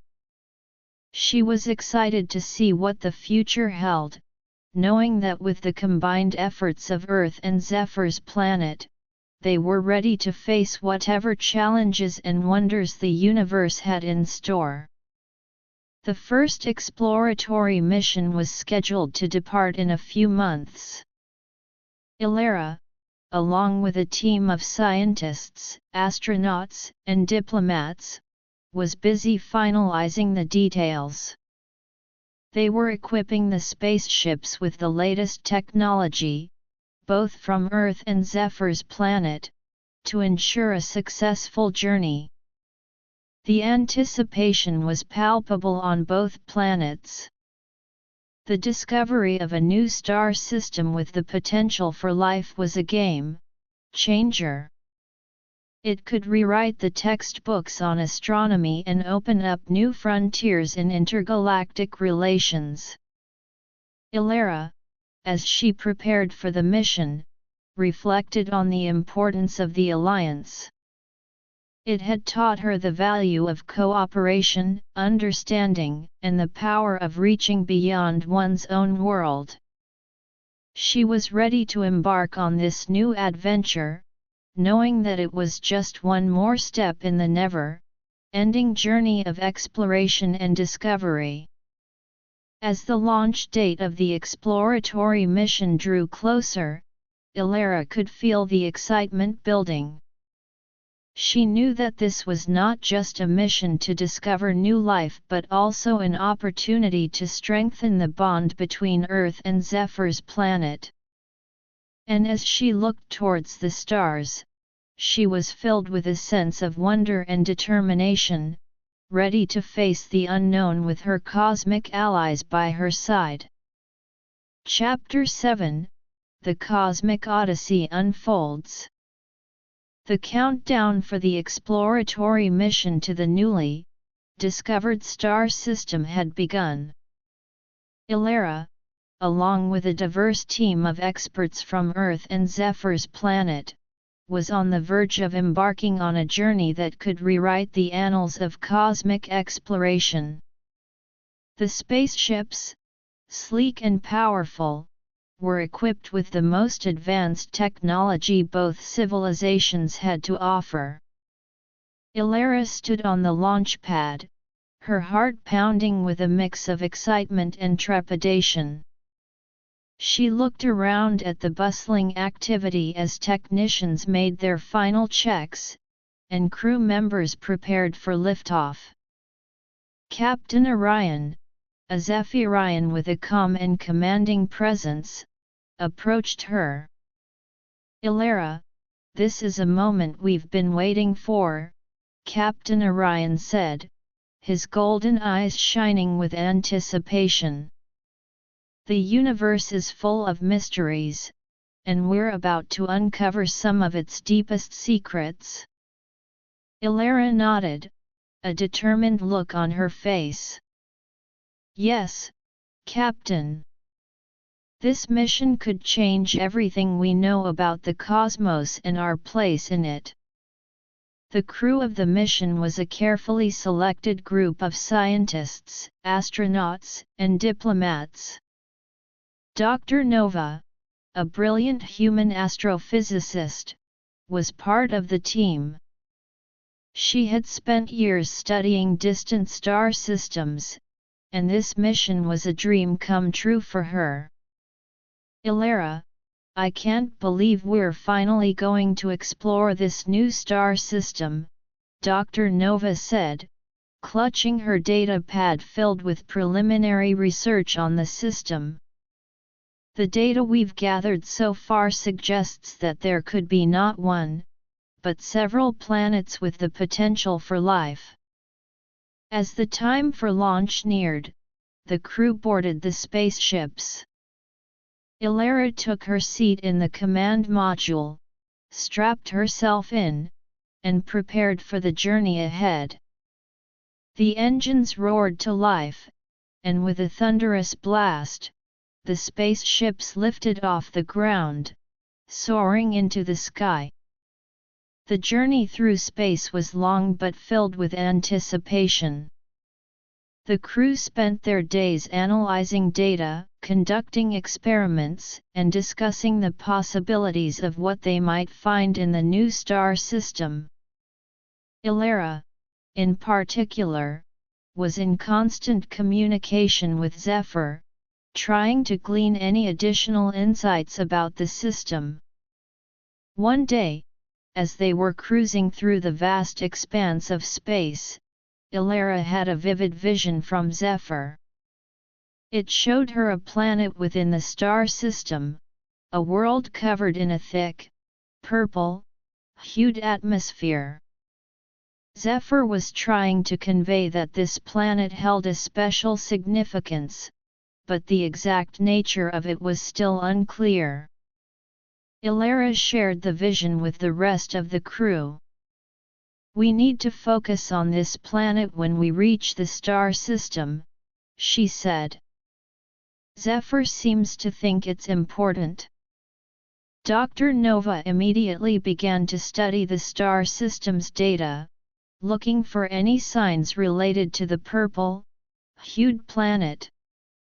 Based on the initial scans, this planet has an atmosphere that's rich in elements that could support some form of life, she reported. After weeks of travel, the spaceships finally reached the outskirts of the star system. The crew was in awe as they looked out at the spectacle before them. The star at the center of the system was a brilliant blue-white, casting a glow over the surrounding planets. They began their detailed exploration, starting with a fly-by of the outer planets. Each planet was unique, with its own set of geological features and atmospheric conditions. But it was the purple-hued planet that held their attention the most. As they approached the planet, they could see that it was a world of contrasts. The surface was a patchwork of deep purple oceans and towering, crystal-like mountains. The atmosphere was thick, and they had to be careful as they descended through it. The spaceships landed on a flat, rocky plain near the edge of one of the oceans. The crew suited up and prepared to step out onto the planet's surface. Ilara was one of the first to exit the spaceship. The air was thick and had a strange, sweet, metallic smell. "Be careful, everyone," Captain Orion said over the communication system. "We don't know what to expect here." The team began to explore the area, taking samples of the soil, water, and air. Dr. Nova and her team of scientists were excited to analyze the data they were collecting. "This is incredible," Dr. Nova exclaimed. "The water here has a different chemical composition than anything we've seen before, and the soil contains elements that could be the building blocks of a unique form of life." As they moved further inland, they discovered something even more astonishing. There were strange, glowing structures that seemed to be made of a combination of crystal and organic material. The structures were arranged in a pattern that suggested some form of intelligent design. "These could be the remains of an ancient civilization," Ilara said, her eyes wide with excitement. "We need to study them carefully." The team spent days examining the structures. They found markings on the walls of the crystals that resembled a form of writing, but deciphering it was a challenge. Dr. Lyra, a Zephyrian linguist on the team, took on the task. "I've never seen anything like this," Dr. Lyra said. "But I'm confident that with time, we can crack the code." While Dr. Lyra worked on the markings, other members of the team continued to explore the area. They found evidence of a once thriving ecosystem, with fossils of strange, multi-limbed creatures and plants that seemed to glow in the dark. One day, as they were exploring a large, domed structure, they heard a strange humming sound. It was a low, rhythmic vibration that seemed to come from deep within the structure. The team followed the sound, their hearts pounding with anticipation. Inside the structure, they found a large, spherical object. The object was pulsating with a soft, purple light, and the humming sound was coming from it. As they approached the object, they could feel a strange energy emanating from it. "What is this thing?" asked one of the astronauts. Ilara, using her connection with Zephyr, tried to understand the nature of the object. "I think this is some kind of energy source or a device left behind by the ancient civilization," she said. Just then, the object suddenly emitted a powerful burst of energy. The team was thrown back by the force of the blast, but thankfully, their suits protected them. When the energy subsided, they noticed that the markings on the walls had changed. Dr. Lyra rushed to examine the new markings. "I think the energy burst was some kind of activation signal," she said. "These new markings are more complex, but I think I'm starting to understand them." Over the next few days, Dr. Lyra made significant progress in deciphering the markings. She discovered that the ancient civilization that once inhabited the planet had been facing a great threat, a cosmic event that was about to destroy their world. The spherical object was part of their attempt to save themselves. The markings also contained information about other planets in the star system, planets that were home to other civilizations. Some of these civilizations were allies of the ancient ones, while others were enemies. Ilara and the team realized that they had stumbled upon a wealth of knowledge. This discovery could not only help them understand the history of the star system but also potentially establish new alliances or avoid potential conflicts. Back on Earth and Zephyr's planet, the news of the discovery spread like wildfire. The scientific communities on both planets were eager to learn more, and plans were made to send additional teams to the star system. Ilara and her team continued their exploration, determined to uncover more secrets. They knew that they were on the verge of something big, something that could change the way the two civilizations interacted with the wider universe. As they prepared to explore the other planets in the star system, based on the information from the ancient markings, Ilara reflected on the journey so far. It was a journey filled with wonder, discovery, and the constant reminder of how little they still knew about the vast cosmos. But with each new discovery, they were one step closer to understanding the mysteries of the universe and their place in it. The team set their sights on the next planet, a green-hued world that the ancient markings had indicated was home to a highly advanced civilization. As they prepared to leave the purple-hued planet, they took one last look at the strange, glowing structures and the spherical object. They knew that they had only scratched the surface of the secrets this star system held, and they were excited to see what awaited them on the next planet. The spaceships took off, leaving the purple-hued planet behind. As they flew through the star system, Ilara and the crew discussed their plans for the exploration of the green-hued planet. They knew that they would need to be cautious, as they had no idea how the inhabitants of the planet would react to their presence. But they were also filled with a sense of excitement. The possibility of making contact with a new, advanced civilization was both thrilling and daunting. Ilara, as always, was ready to face whatever challenges came their way.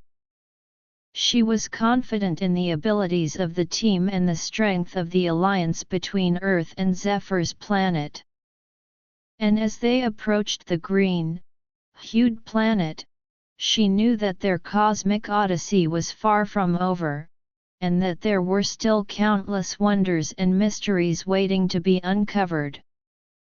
Chapter 8 – Encounter with the Verdant World. As the spaceships approached the green-hued planet, the crew couldn't help but be in awe of its beauty. The planet was a lush, vibrant sphere, with vast continents covered in a rich tapestry of greenery. Oceans of a deep, turquoise color sparkled under the light of the system's star, and fluffy white clouds drifted lazily across the atmosphere. Captain Orion studied the planet's readings on the control panel. The atmosphere seems to be a perfect mix for supporting life as we know it. There are high levels of oxygen, and the temperature is within a habitable range. Dr. Nova nodded, her eyes glued to the scientific instruments. The scans also show signs of complex biological activity on the surface. This could be a very interesting encounter. Ilara, too, was filled with anticipation. She had been communicating with Zephyr throughout the journey, but Zephyr seemed to be withholding information about this particular planet, as if wanting them to experience it for themselves. The spaceships descended through the atmosphere, the crew braced for any potential challenges. As they neared the surface, they could make out more details. There were large, sprawling cities built among the trees, with structures that seemed to blend seamlessly with the natural environment.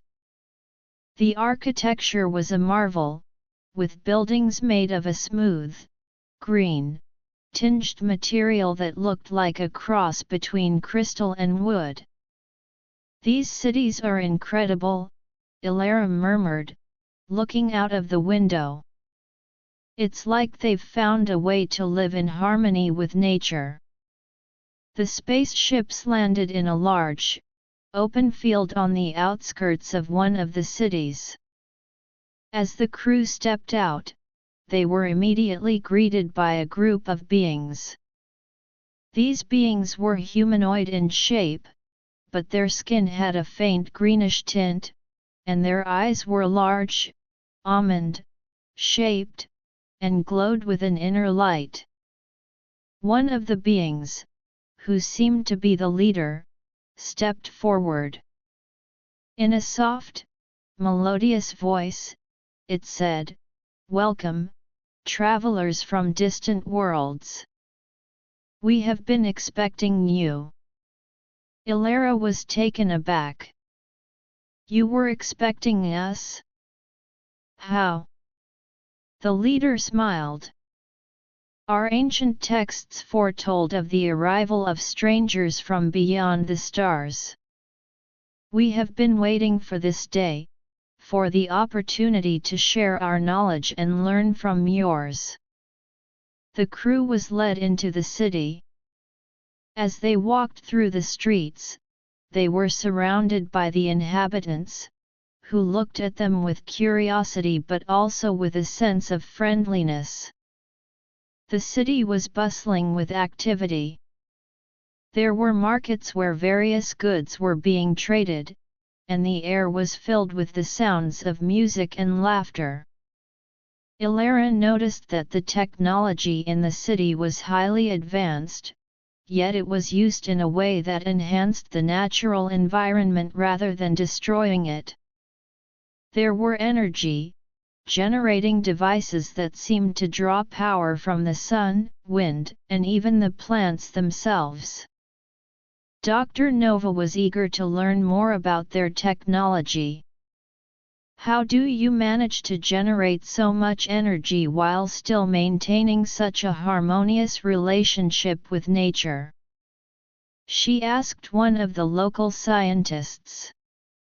The scientist, a female with long, flowing hair that seemed to be made of some kind of living vine, explained, "We believe that nature is the source of all power. Our technology is designed to work with nature, not against it. For example, these plants," she pointed to a row of large, flowering plants, "are not only beautiful but also produce a form of bio-energy that we can harness." As they continued their tour of the city, Ilara and the crew were invited to a grand hall. Inside, the walls were adorned with paintings and carvings that told the story of the planet's history. The leader began to share their story. Our civilization has been around for thousands of years. We have always respected the balance of nature. But we have also faced many challenges. There was a time when a great darkness threatened to engulf our world.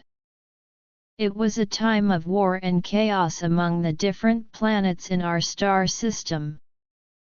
Ilara listened intently. What happened? How did you overcome it? The leader's expression grew solemn. We united with our allies, the civilizations on other planets who shared our values. Together, we were able to drive back the darkness. But we learned a valuable lesson, that unity is the key to survival in this vast universe. The crew spent the next few days learning from the inhabitants of the green-hued planet. They shared their own knowledge of Earth and Zephyr's planet, including their scientific achievements, cultural traditions, and the story of their alliance. One day, as Ilara was exploring the city on her own, she came across a small, secluded garden. In the center of the garden was a large, ancient tree. As she approached the tree, she felt a strange energy. It was as if the tree was communicating with her, much like her connection with Zephyr. Images began to form in her mind. She saw the history of the planet from the tree's perspective. She witnessed the rise and fall of civilizations, the great battles, and the moments of peace. She also saw a vision of the future, a future where all the civilizations in the star system, including Earth and Zephyr's planet, were united in a common cause. Ilara rushed back to the spaceship to share her discovery with the crew. I think this tree holds the key to understanding the destiny of this star system, she said, her eyes shining with excitement. The crew, along with some of the local scientists, returned to the garden. They studied the tree, trying to understand how it was able to communicate with Ilara. Dr. Lyra, the Zephyrian linguist, was particularly interested in the symbols that seemed to be etched on the tree's trunk. I've seen some of these symbols before, but in a different context, Dr. Lyra said. I think they might be part of a universal language that transcends individual civilizations. As they continued to study the tree, they received a distress signal from one of the other planets in the star system. The signal was weak, but it was clear that there was trouble. The planet, a desolate, red-hued world, was under attack by an unknown force. Captain Orion called an emergency meeting. We can't ignore this distress signal. But we need to be careful. We don't know what we're up against. The crew of the spaceships, along with a group of volunteers from the green-hued planet, prepared to embark on a rescue mission. Ilara, determined to help, was among them. She knew that this was a test of the new-found alliance between the civilizations. The spaceships took off, leaving the green-hued planet behind. As they flew towards the red-hued planet, they discussed their strategy. The scans of the red-hued planet showed that the attacking force was using a powerful energy-based weapon that was causing widespread destruction.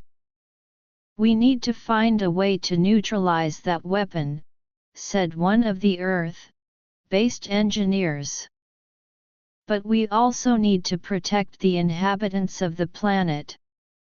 As they neared the red-hued planet, they could see the chaos below. The surface was ablaze, and large chunks of the planet's crust were being torn apart by the energy weapon. The crew quickly began their mission. The spaceships from the green-hued planet used their advanced energy deflection technology to try and protect the areas that were still intact. Meanwhile, Ilara and a team of scientists worked on finding a way to disable the energy weapon.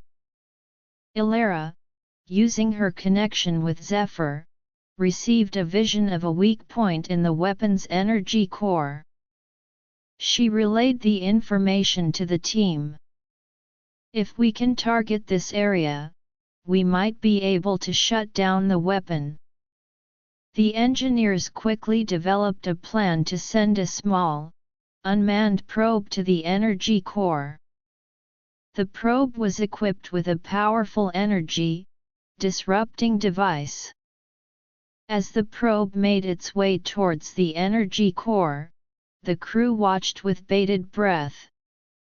The probe reached the energy core and successfully disabled the weapon. The attacking force, seeing their weapon destroyed, retreated. The inhabitants of the red-hued planet were grateful for the rescue. Back on the green-hued planet, a celebration was held in honor of the successful rescue mission. The alliance between the civilizations of the star system, including Earth and Zephyr's planet, had been strengthened. Ilara, looking around at the joyous celebration, knew that this was just the beginning. There were still many mysteries to uncover, and many challenges to face. But she was confident that with the unity and cooperation of all the civilizations, they could overcome anything. The crew decided to stay on the green-hued planet for a while longer, to continue their exchange of knowledge and to help the red-hued planet recover from the attack. Ilara, in particular, was eager to learn more from the ancient tree and to understand the vision of the future it had shown her. As the days passed, Ilara and the crew became more integrated into the life of the green-hued planet. They participated in the local festivals, shared their own cultural traditions, and continued to work on joint research projects. One evening, as Ilara sat under the ancient tree, she thought about the incredible journey she had been on.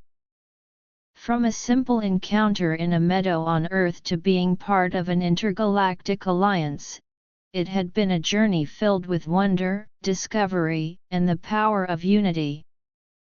She knew that the universe was full of endless possibilities, and she was excited to see what the future held for all the civilizations involved in this cosmic adventure.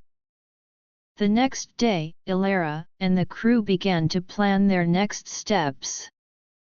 They knew that there were still other planets in the star system to explore, and they were determined to uncover more of the secrets that this vast cosmic neighborhood held.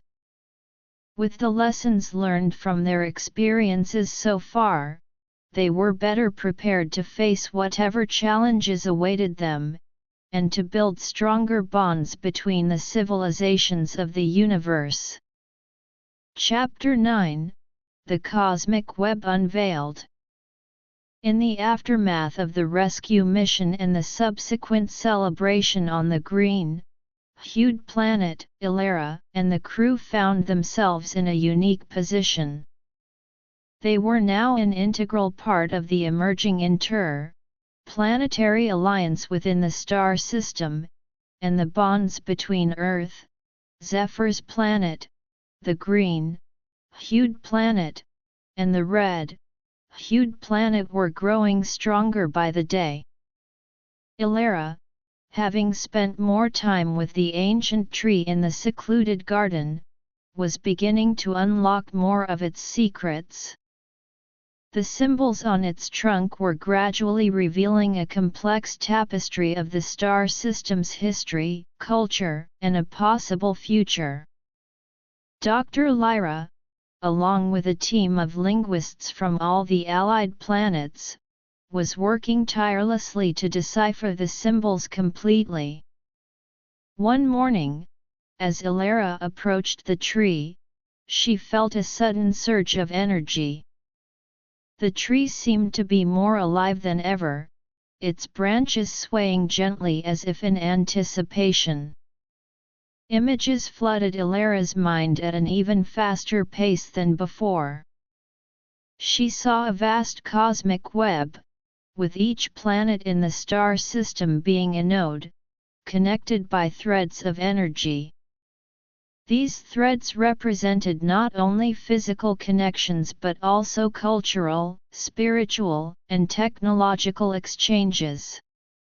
Ilara rushed to share this new vision with the others. In the large, domed meeting hall of the green-hued planet's main city, she gathered the leaders of the 4 planets, along with the scientists and diplomats. I believe this cosmic web is the key to understanding our place in this star system, Ilara said, her hands gesturing towards a holographic image she had created based on her vision. These connections are what have allowed the civilizations here to thrive, and they can also guide us in the future. The leader of the green-hued planet, a wise-looking being named Silva, nodded in agreement. Your vision aligns with some of our ancient teachings. We've always believed that all life in this star system is interconnected, but this visual representation gives us a new perspective. Dr. Nova, the human astrophysicist, chimed in. If we can understand and strengthen these connections, we could potentially unlock new levels of scientific advancement. For example, the energy-generating technology of the green-hued planet could be combined with Zephyr's understanding of cosmic energy manipulation to create something truly revolutionary. The group spent hours discussing the implications of the cosmic web. They decided to establish a central research facility on the green-hued planet, where scientists from all the planets could work together to study the connections and develop new technologies. As the plans for the research facility were being finalized, Ilara received another vision from the ancient tree. This time, it showed her a dark, shadowy figure lurking at the edge of the cosmic web. The figure seemed to be trying to sever the connections between the planets, causing chaos and disharmony. Ilara shared this disturbing vision with the others. We can't let this happen. We need to find out who or what this shadowy figure is and stop it before it's too late. The leaders of the 4 planets immediately formed a task force. The task force consisted of the best scientists, warriors, and scouts from each planet. Their mission was to investigate the threat and find a way to protect the cosmic web. Ilara, being the one who had received the vision, was an essential part of the task force. She used her connection with Zephyr to try and gain more information about the shadowy figure. Zephyr, in response, showed her images of a long, forgotten civilization that had once thrived in the star system but had been destroyed by its own greed and ambition. Could this shadowy figure be a remnant of that civilization, seeking revenge? Ilara wondered. She shared this theory with the task force. Captain Orion, the Zephyrian spaceship captain, said, "If that's the case, we need to be very careful. A civilization with such a history could be extremely powerful and dangerous." The task force began their investigation by analyzing the energy signatures around the star system. They discovered some unusual readings near a small, uncharted planet on the outskirts of the system. It was a planet that had been overlooked in their previous explorations. The spaceships of the task force set course for the uncharted planet. As they approached, they could see that the planet was a desolate, gray-hued world. There were no signs of life on the surface, but the energy readings were growing stronger. The task force landed on the planet and began their search. They split into teams and explored different parts of the planet. Ilara, along with a group of Zephyrian and human scientists, entered a large, abandoned complex. The complex was filled with dilapidated structures and strange, glowing crystals. As they made their way through the complex, they heard a low, menacing growl. Suddenly, a group of robotic creatures emerged from the shadows. These creatures were large, with sharp claws and glowing red eyes. They charged towards the team. "Defend yourselves!" Captain Orion shouted over the communication system. The team quickly took out their energy-based weapons and began to fight back. The robotic creatures were tough, but the combined efforts of the Zephyrian and human technologies were able to hold them off. Ilara, in the heat of the battle, noticed something strange. One of the robotic creatures seemed to be different from the others. It was larger and had a more complex design. She focused her energy and used her connection with Zephyr to try and understand the creature's purpose. Images flashed through her mind.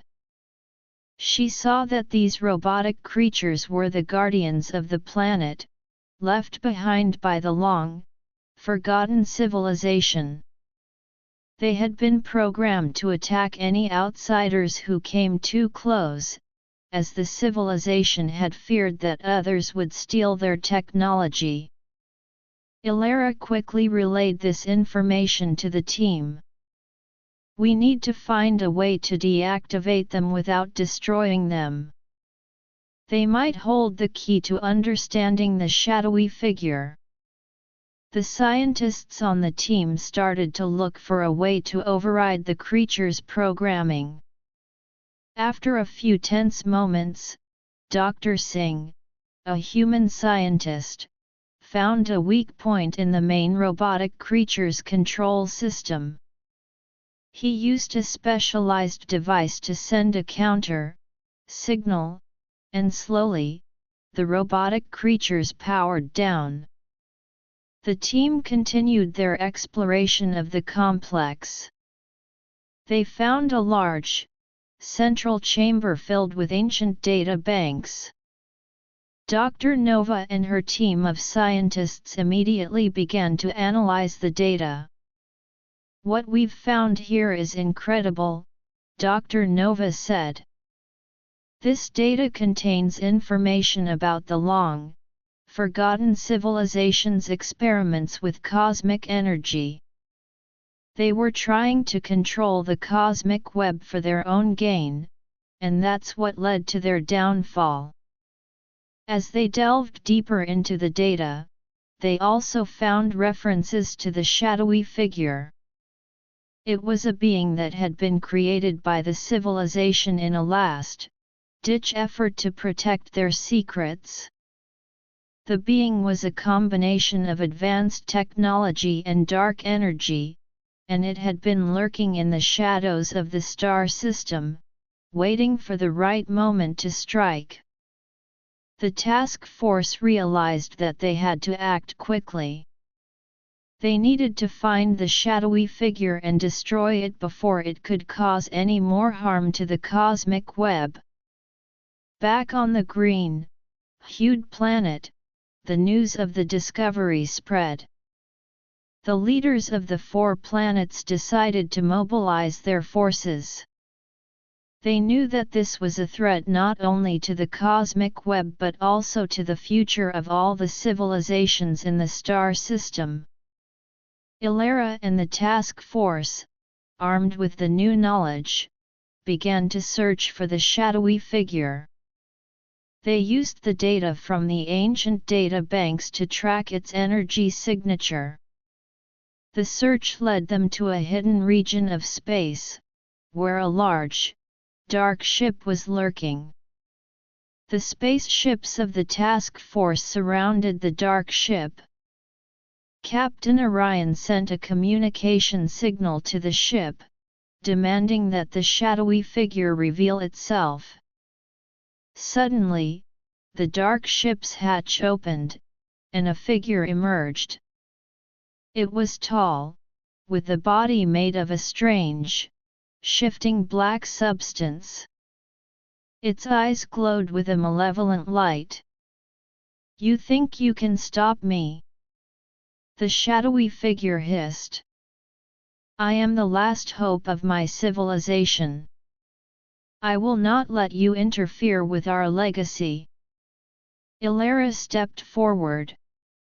"Your civilization's legacy was one of greed and destruction. The cosmic web is meant to be a source of unity and growth for all. We can't let you destroy it."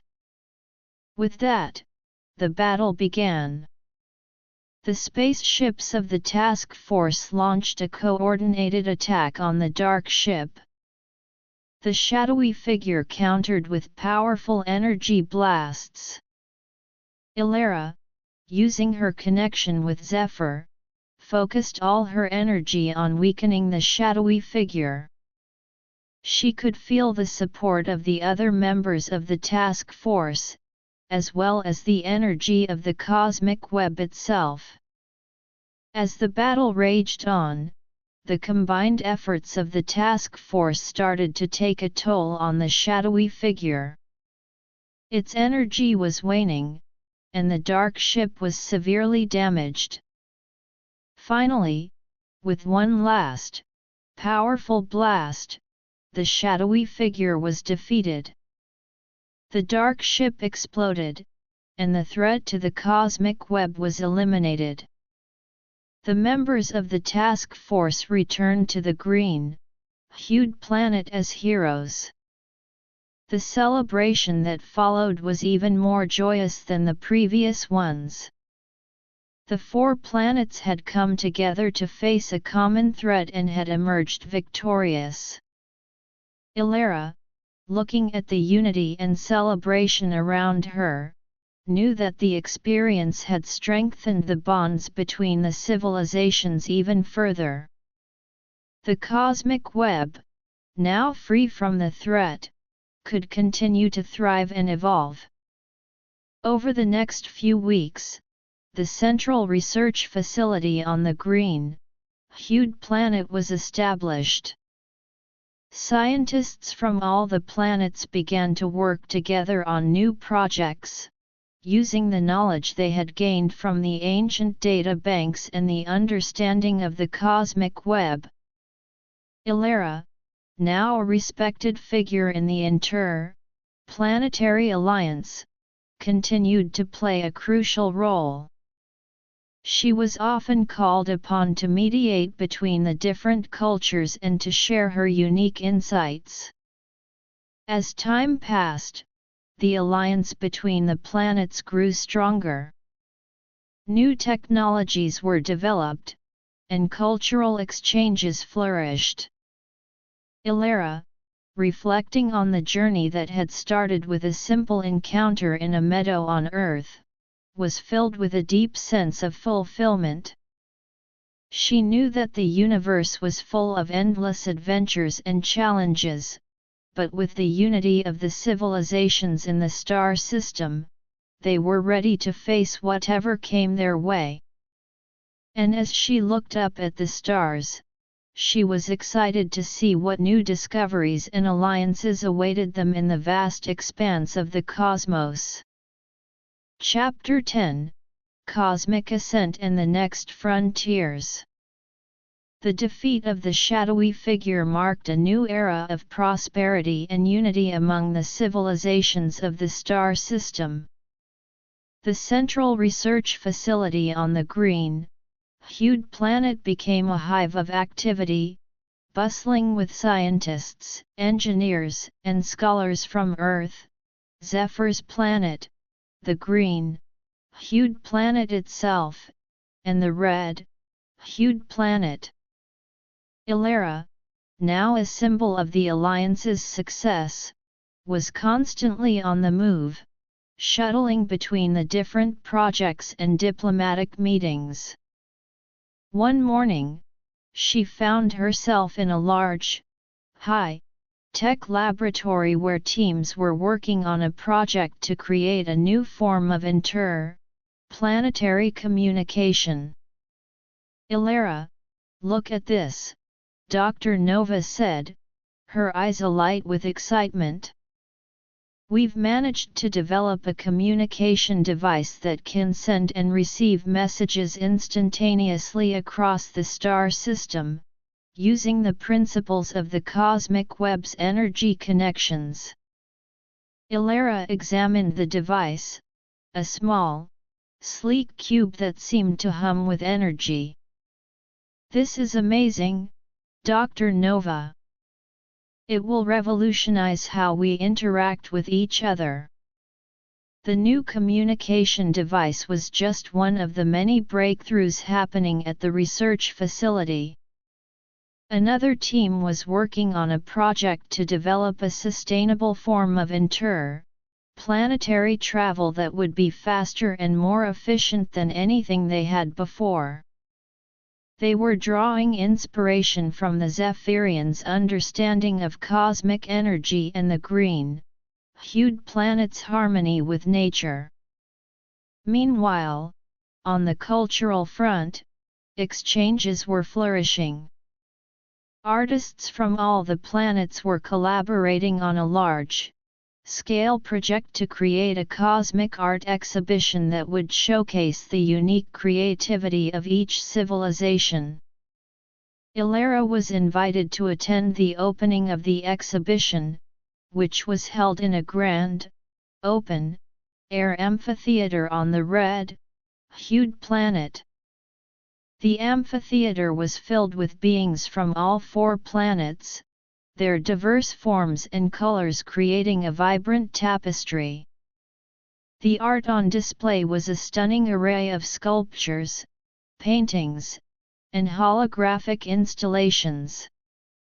There were Zephyrian energy-based artworks that seemed to dance and change shape, human paintings that captured the beauty of Earth's landscapes, and the green-hued planet's organic, inspired sculptures that seemed to grow and evolve before the viewer's eyes.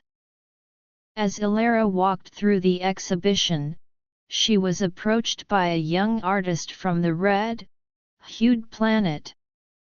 Illyra, your story has inspired so many of us.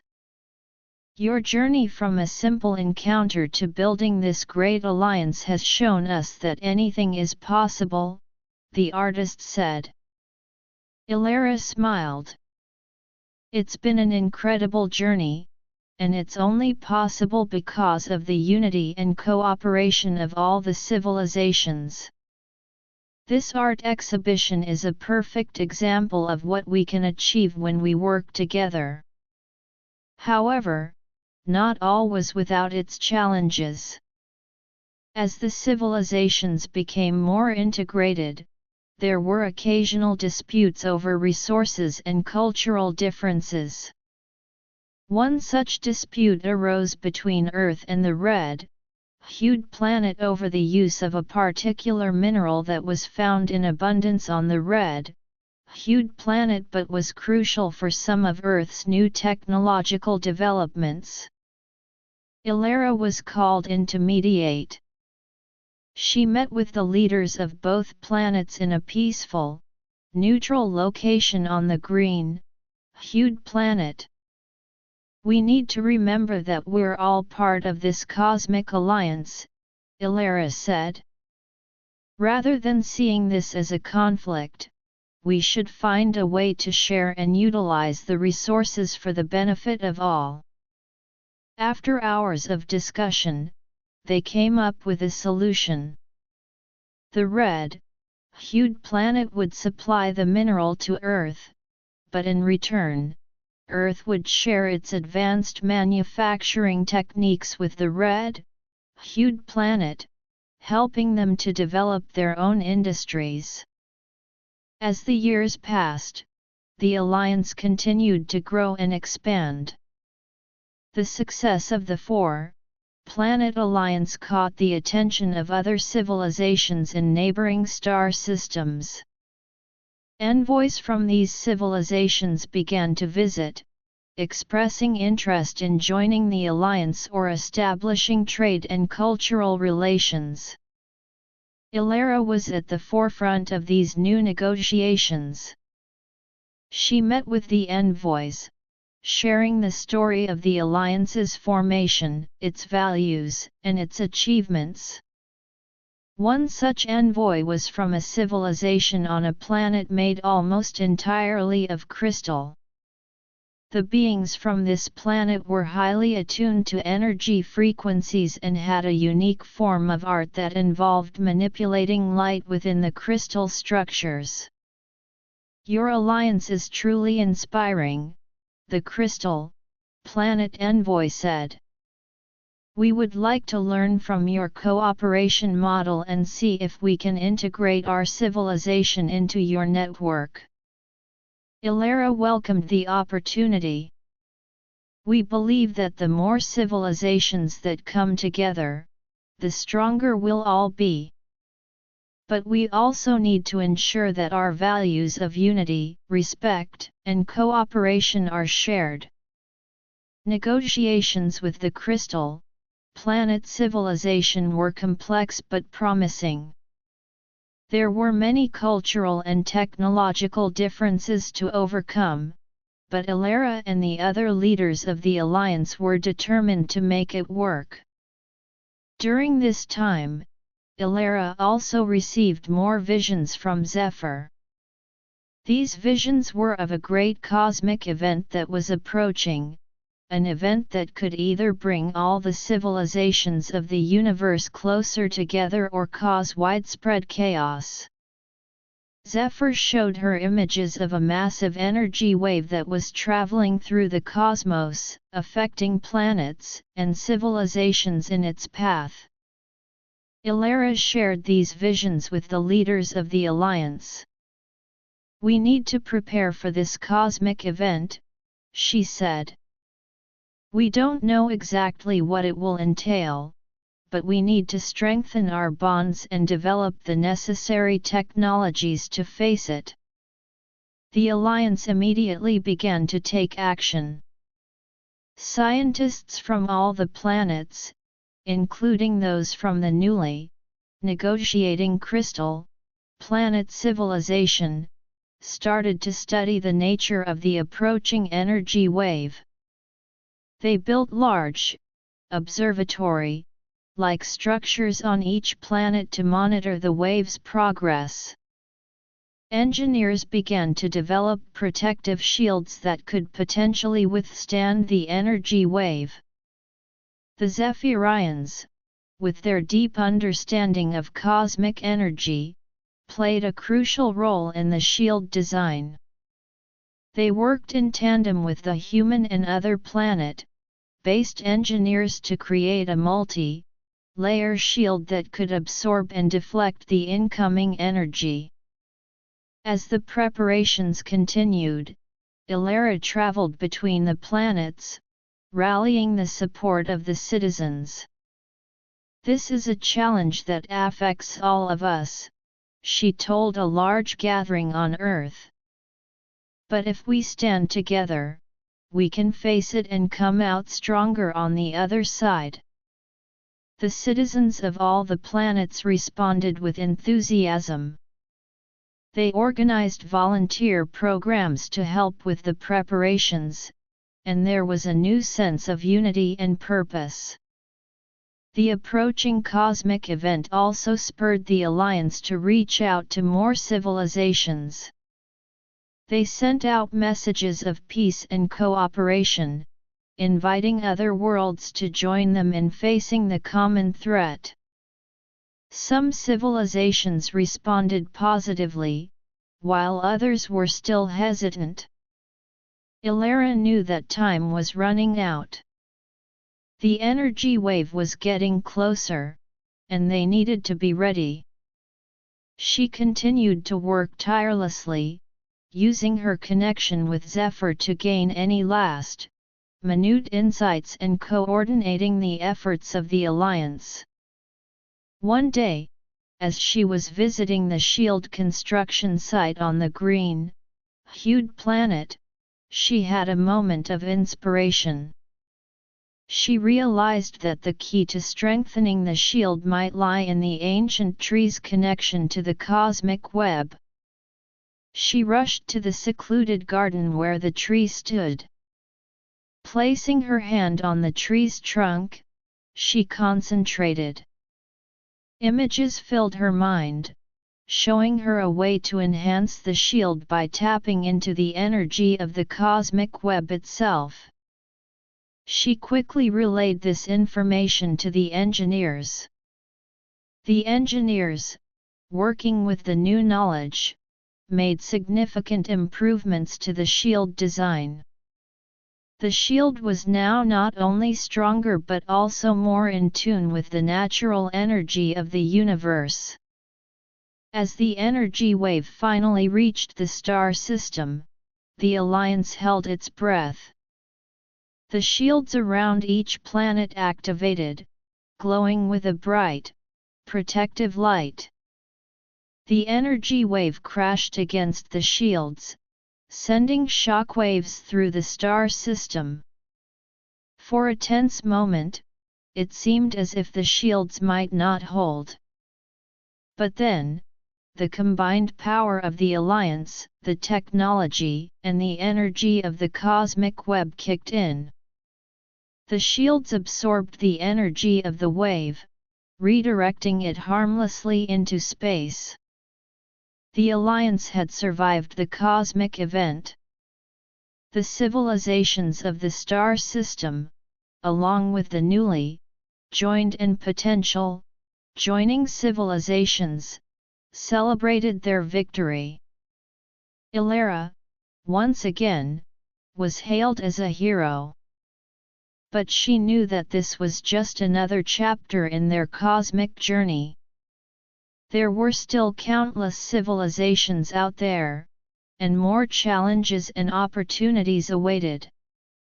She was ready to continue her role in building a greater cosmic community, one that was united in the face of the unknown and dedicated to the exploration and betterment of the universe. As the celebrations died down, Ilara looked out at the stars, her heart filled with a sense of purpose. She knew that the future held even more adventures, and she was eager to see where the cosmic path would lead her and the Alliance next. Chapter 11: Cosmic Diplomacy and the Expanding Alliance. The successful defense against the cosmic energy wave had solidified the Alliance's reputation across the neighboring star systems. Ilara, now a known figure in intergalactic circles, was constantly in demand as a diplomat and a symbol of unity. The alliance, having overcome a significant threat together, was now looking towards the future with a new sense of confidence and ambition. Ilara found herself on a diplomatic mission to a distant planet, home to a civilization known as the Luminaries. The Luminaries were a highly spiritual race, whose bodies emitted a soft, warm glow. Their planet was a beautiful, bioluminescent world, filled with floating gardens and crystalline structures that seemed to sing with energy. Upon her arrival, Ilara was greeted by a group of luminaries led by their spiritual leader, Elysia. Elysia was tall and graceful, her glow more intense than the others, and her eyes held a depth of wisdom. "Welcome, Ilara," Elysia said, her voice like a gentle melody. "We have heard much about your alliance and the great deeds you have accomplished." Ilara bowed respectfully. "Thank you, Elysia. We come in peace, hoping to share our stories and explore the possibilities of cooperation." The luminaries led Ilara through their city. Everywhere she looked, there were signs of a deep, seated connection to the spiritual aspects of the universe. The floating gardens were not just for beauty but were also used in spiritual ceremonies. The crystalline structures were attuned to different energy frequencies, acting as conduits for the luminaries' spiritual practices. As they walked, Ilara shared the story of the alliance's formation, the challenges they had faced, and the values they held dear. Elysia listened intently, her expression thoughtful. "Your alliance is built on a foundation of unity, cooperation, and the pursuit of knowledge," Elysia said. "These are values that resonate deeply with us. However, we have our own unique way of interacting with the universe, and we must ensure that any cooperation respects our spiritual beliefs." Ilara nodded. "We understand, Elysia. Our alliance is made up of diverse civilizations, each with its own culture and beliefs. We believe that these differences can be a source of strength, not a barrier." Over the next few days, Ilara engaged in in-depth discussions with the luminaries. They talked about potential areas of cooperation, such as sharing knowledge about energy manipulation. The luminaries had a unique understanding of spiritual energy that could be harnessed in new ways, and cultural exchanges. The luminaries were particularly interested in learning about the art and music of the Alliance's member planets. One of the key points of discussion was the establishment of a joint research project.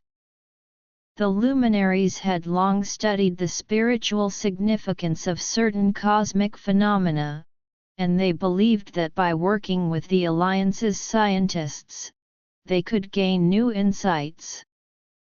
In return, they could share their knowledge of how to attune technology to spiritual energy, which could potentially lead to more efficient and sustainable energy sources. While on the planet, Ilara also participated in some of the luminaries' spiritual ceremonies. These ceremonies were a profound experience for her. She felt a deep connection to the energy of the planet and the universe, a connection that seemed to transcend the physical realm.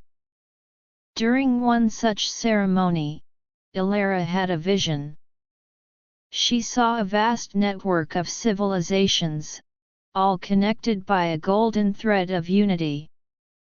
This vision was different from the previous ones she had received from Zephyr. It was more of a call to action, a sign that the Alliance needed to continue to expand and reach out to more civilizations. When the ceremony ended, Ilara shared the vision with Elysia.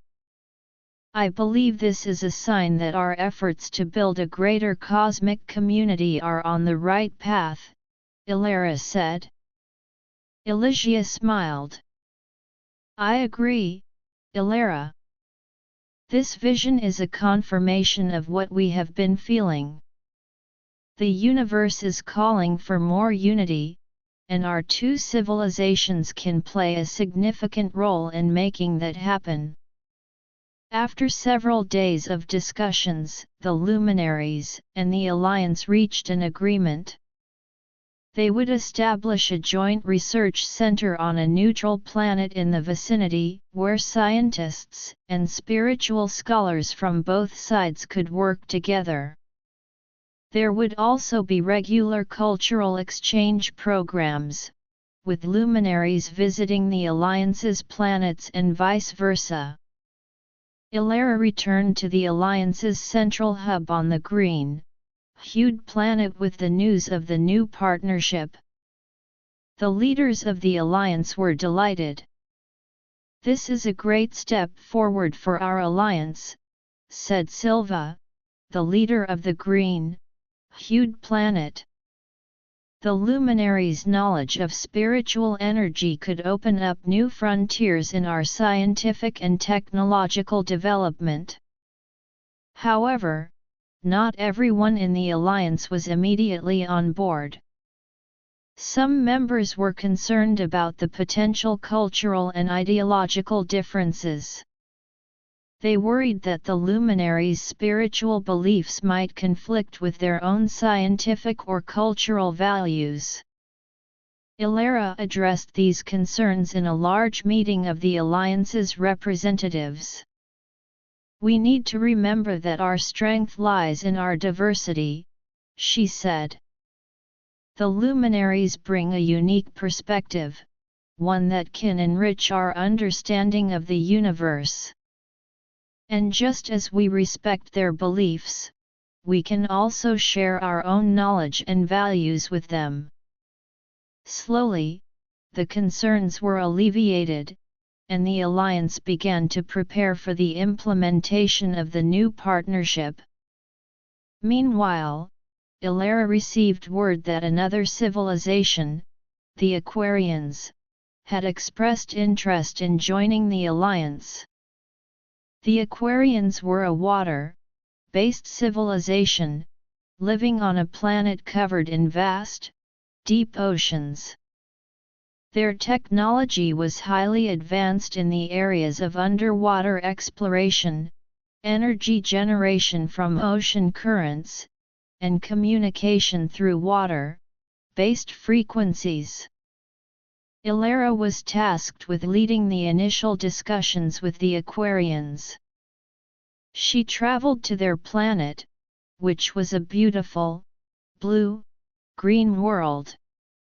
The spaceship landed on a large, floating platform, and Ilara was immediately struck by the unique beauty of the Aquarian city. The Aquarians were humanoid in form but had gills on their necks and webbed fingers and toes.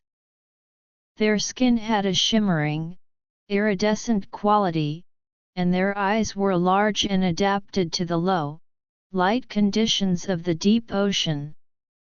Ilara was greeted by the Aquarian leader, Nereus.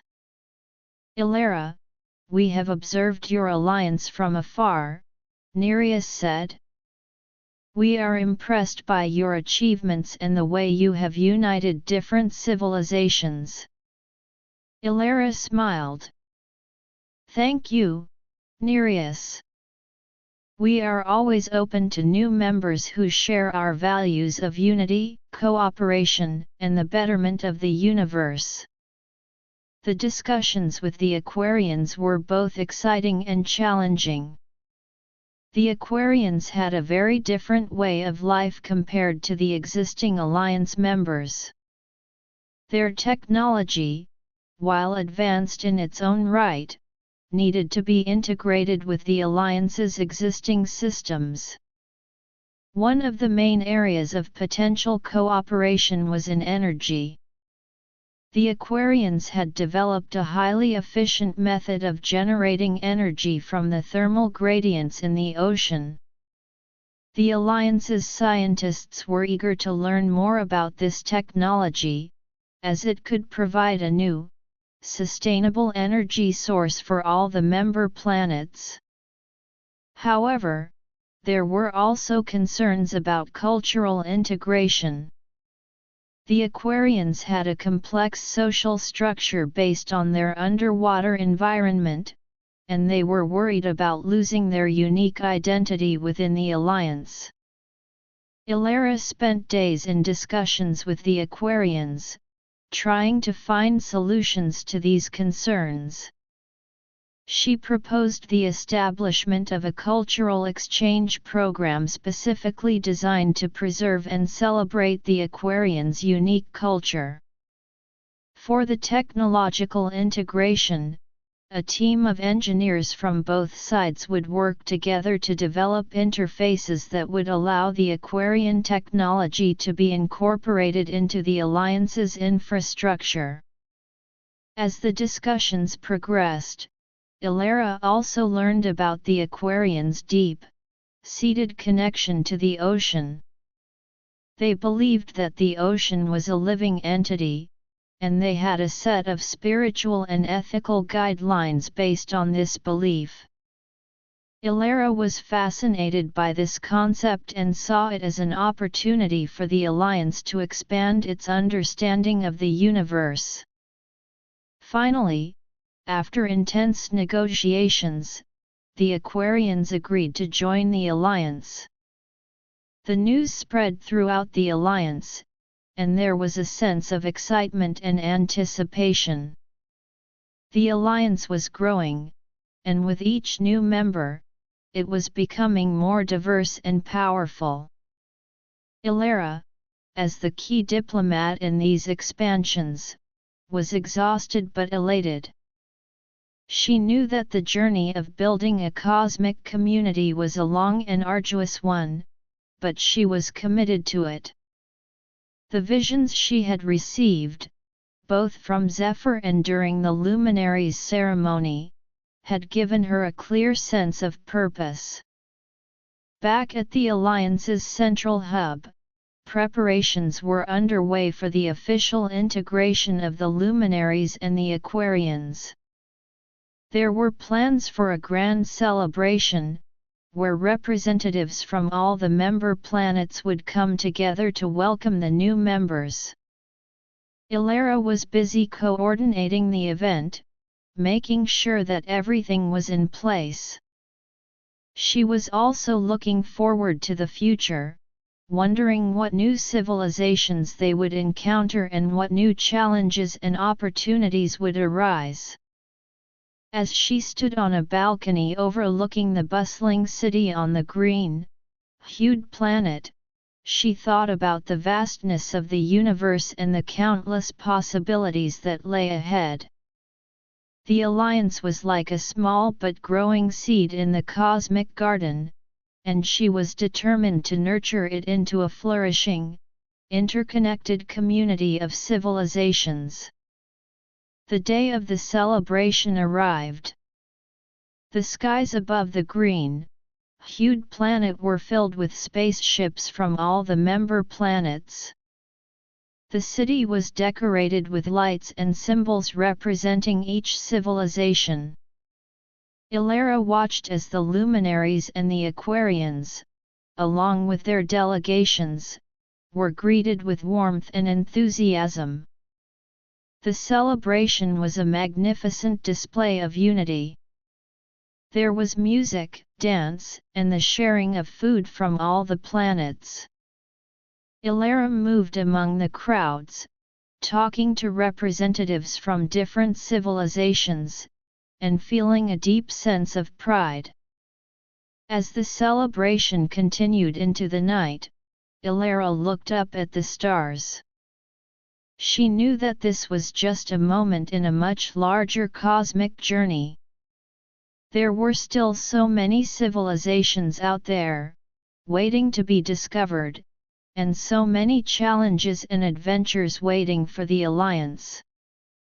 But she was ready, and with the support of all the members of the Alliance, she was eager to see what the future held.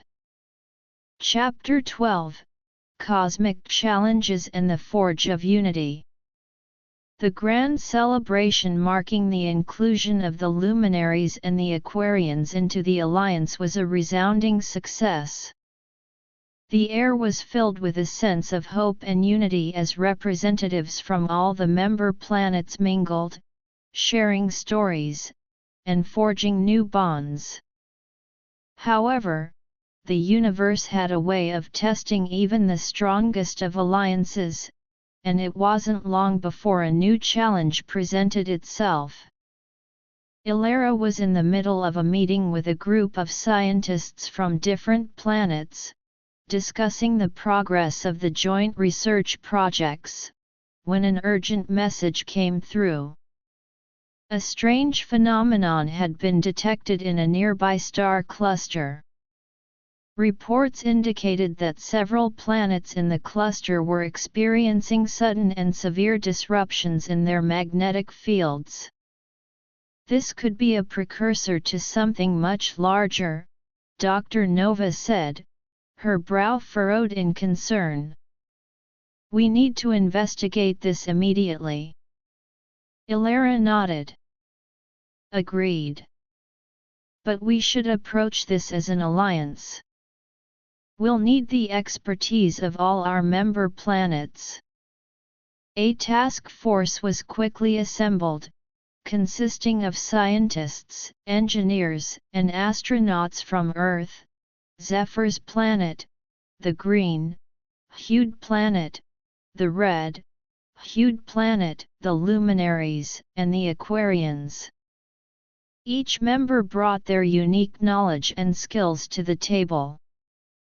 The Luminaries, with their understanding of spiritual energy, were tasked with sensing any unusual spiritual disturbances in the area.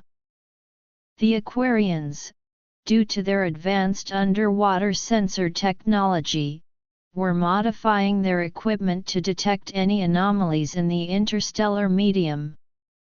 The spaceships of the task force set off towards the star cluster.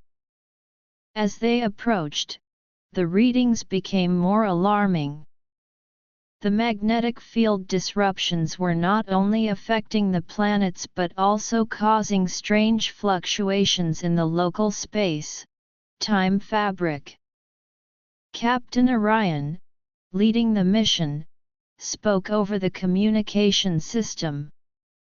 Everyone, be on high alert. We don't know what we're dealing with, but it's clear that this is a serious situation. Once they reached the star cluster, the task force began a detailed survey. The scientists started to collect data from various sources, including the planet's magnetic fields, the radiation levels, and the behavior of the local stars. Ilara, using her connection with Zephyr, tried to gain any insights into the cause of the phenomenon. Zephyr, however, seemed as puzzled as they were. But it did show Ilara images of a similar event that had occurred in a distant part of the universe long ago. The event had been caused by a powerful, ancient weapon that had been activated by a rogue civilization. Ilara shared this information with the task force. We can't rule out the possibility that this is the result of some kind of advanced weapon, she said. The team started to search for any signs of a weapon or a civilization behind the disruptions. They scanned the star cluster for any unusual energy signatures or hidden structures. Meanwhile, the luminaries began to perform spiritual rituals, trying to sense any malevolent forces at work. One of the Aquarian scientists, Dr. Meridia, made an important discovery. "I've detected an unusual energy pattern in the center of the star cluster. It's not like anything we've seen before, but it seems to be the source of the magnetic field disruptions." The task force decided to move closer to the source of the energy pattern. As they got nearer, they could see a large, dark object floating in space. It was a massive, irregularly shaped structure, with tendrils of dark energy snaking out from it. "What is that thing?" asked an Earth-based astronaut. Ilara, using the ship's sensors, tried to analyze the structure. "It seems to be some kind of energy-absorbing device. But it's on a scale we've never encountered before." Suddenly, the structure emitted a powerful blast of energy. The task force's spaceships were buffeted by the shockwave, and some of the ship's systems were temporarily disabled. "Shields up!" Captain Orion shouted. The team quickly recovered and began to assess the damage. They knew they had to find a way to neutralize the structure before it caused more harm. The luminaries, using their spiritual energy, tried to create a counter-force to the dark energy emanating from the structure. Ilara, in the meantime, was working with a group of engineers to find a way to disable the energy-absorbing mechanism of the structure. They analyzed the data they had collected so far and realized that the structure was powered by a unique form of dark matter. "If we can disrupt the flow of dark matter within the structure, we might be able to shut it down," Dr. Singh, a human engineer, suggested. The team started to develop a plan to send a small, specialized probe towards the structure. The probe would be equipped with a device that could interfere with the dark matter flow. But they knew that getting the probe close enough to the structure would be a challenge, as it was constantly emitting powerful energy blasts. The Aquarians came up with a solution. They proposed using their advanced underwater propulsion technology to create a stealth-like approach for the probe. The technology would allow the probe to move through the energy-filled space without being detected. The plan was set in motion. The probe was launched towards the structure. As it approached, the luminaries continued to use their spiritual energy to create a distraction, diverting some of the dark energy away from the probe's path. The probe reached the structure and successfully inserted itself into a weak point in the dark matter flow system. The device on the probe activated, disrupting the flow of dark matter.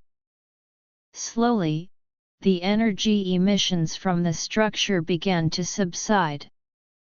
The task force watched with bated breath as the structure powered down. The magnetic field disruptions in the star cluster started to stabilize, and the space-time fabric returned to normal. The mission had been a success, but the task force knew that this was not the end. They needed to find out who or what had created the structure and why. The scientists began to study the now dormant structure, looking for any clues. Back at the Alliance's central hub, the news of the successful mission was met with relief and celebration. But there was also a sense of unease. The discovery of such a powerful and dangerous device in a relatively close by star cluster was a cause for concern. Ilara, upon her return, was hailed as a hero once again. But she was more focused on the future. "We need to be more vigilant," she told the leaders of the Alliance. "There could be other threats out there, waiting to be discovered." The Alliance decided to increase its surveillance of the surrounding star systems. They established a network of observatories and monitoring stations, staffed by scientists from all the member planets. The luminaries also offered to use their spiritual senses to detect any signs of impending danger from afar. As the Alliance continued to strengthen its defenses, Ilara received another vision from Zephyr. This time, Zephyr showed her a group of civilizations that were on the verge of self-destruction due to internal conflicts. Zephyr was trying to convey that the Alliance had a responsibility to reach out to these civilizations and offer them a way to peace and unity. Ilara shared the vision with the Alliance's leaders. "We can't just focus on external threats. There are civilizations out there that need our help. We have the knowledge and the experience to show them a better way." The Alliance agreed to form a diplomatic and peace-keeping task force. Their first mission would be to the group of war-torn civilizations shown in Ilara's vision. Ilara was chosen to lead this mission, as her diplomatic skills and her connection with Zephyr made her the ideal candidate. The task force set off towards the troubled star system. When they arrived, they could see the signs of war everywhere. Planets were scarred, and the once thriving civilizations were in ruins. Ilara and the task force made contact with the leaders of the warring factions. At first, they were met with suspicion and hostility. But Ilara, using her calm and diplomatic approach, began to share the story of the Alliance, how different civilizations had come together, overcome their differences, and built a better future. "Your civilizations are destroying yourselves," Ilara said. "But there is a better way. We can help you build a new beginning, based on unity and cooperation." Slowly, the leaders started to listen. The task force began to mediate between the factions, helping them to find common ground.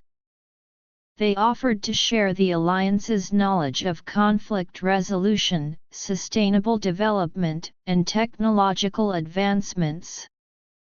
As the days passed, the warring factions began to see the light.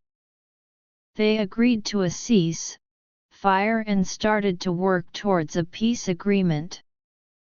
Ilara and the task force stayed on the planet, assisting in the reconstruction efforts and the establishment of a new, unified government. The process was long and difficult, but with the support of the Alliance, the war-torn civilizations started to rebuild. The Alliance had taken on a new role, not just as a defender against external threats but also as a beacon of hope for those in the universe who were struggling with internal conflicts.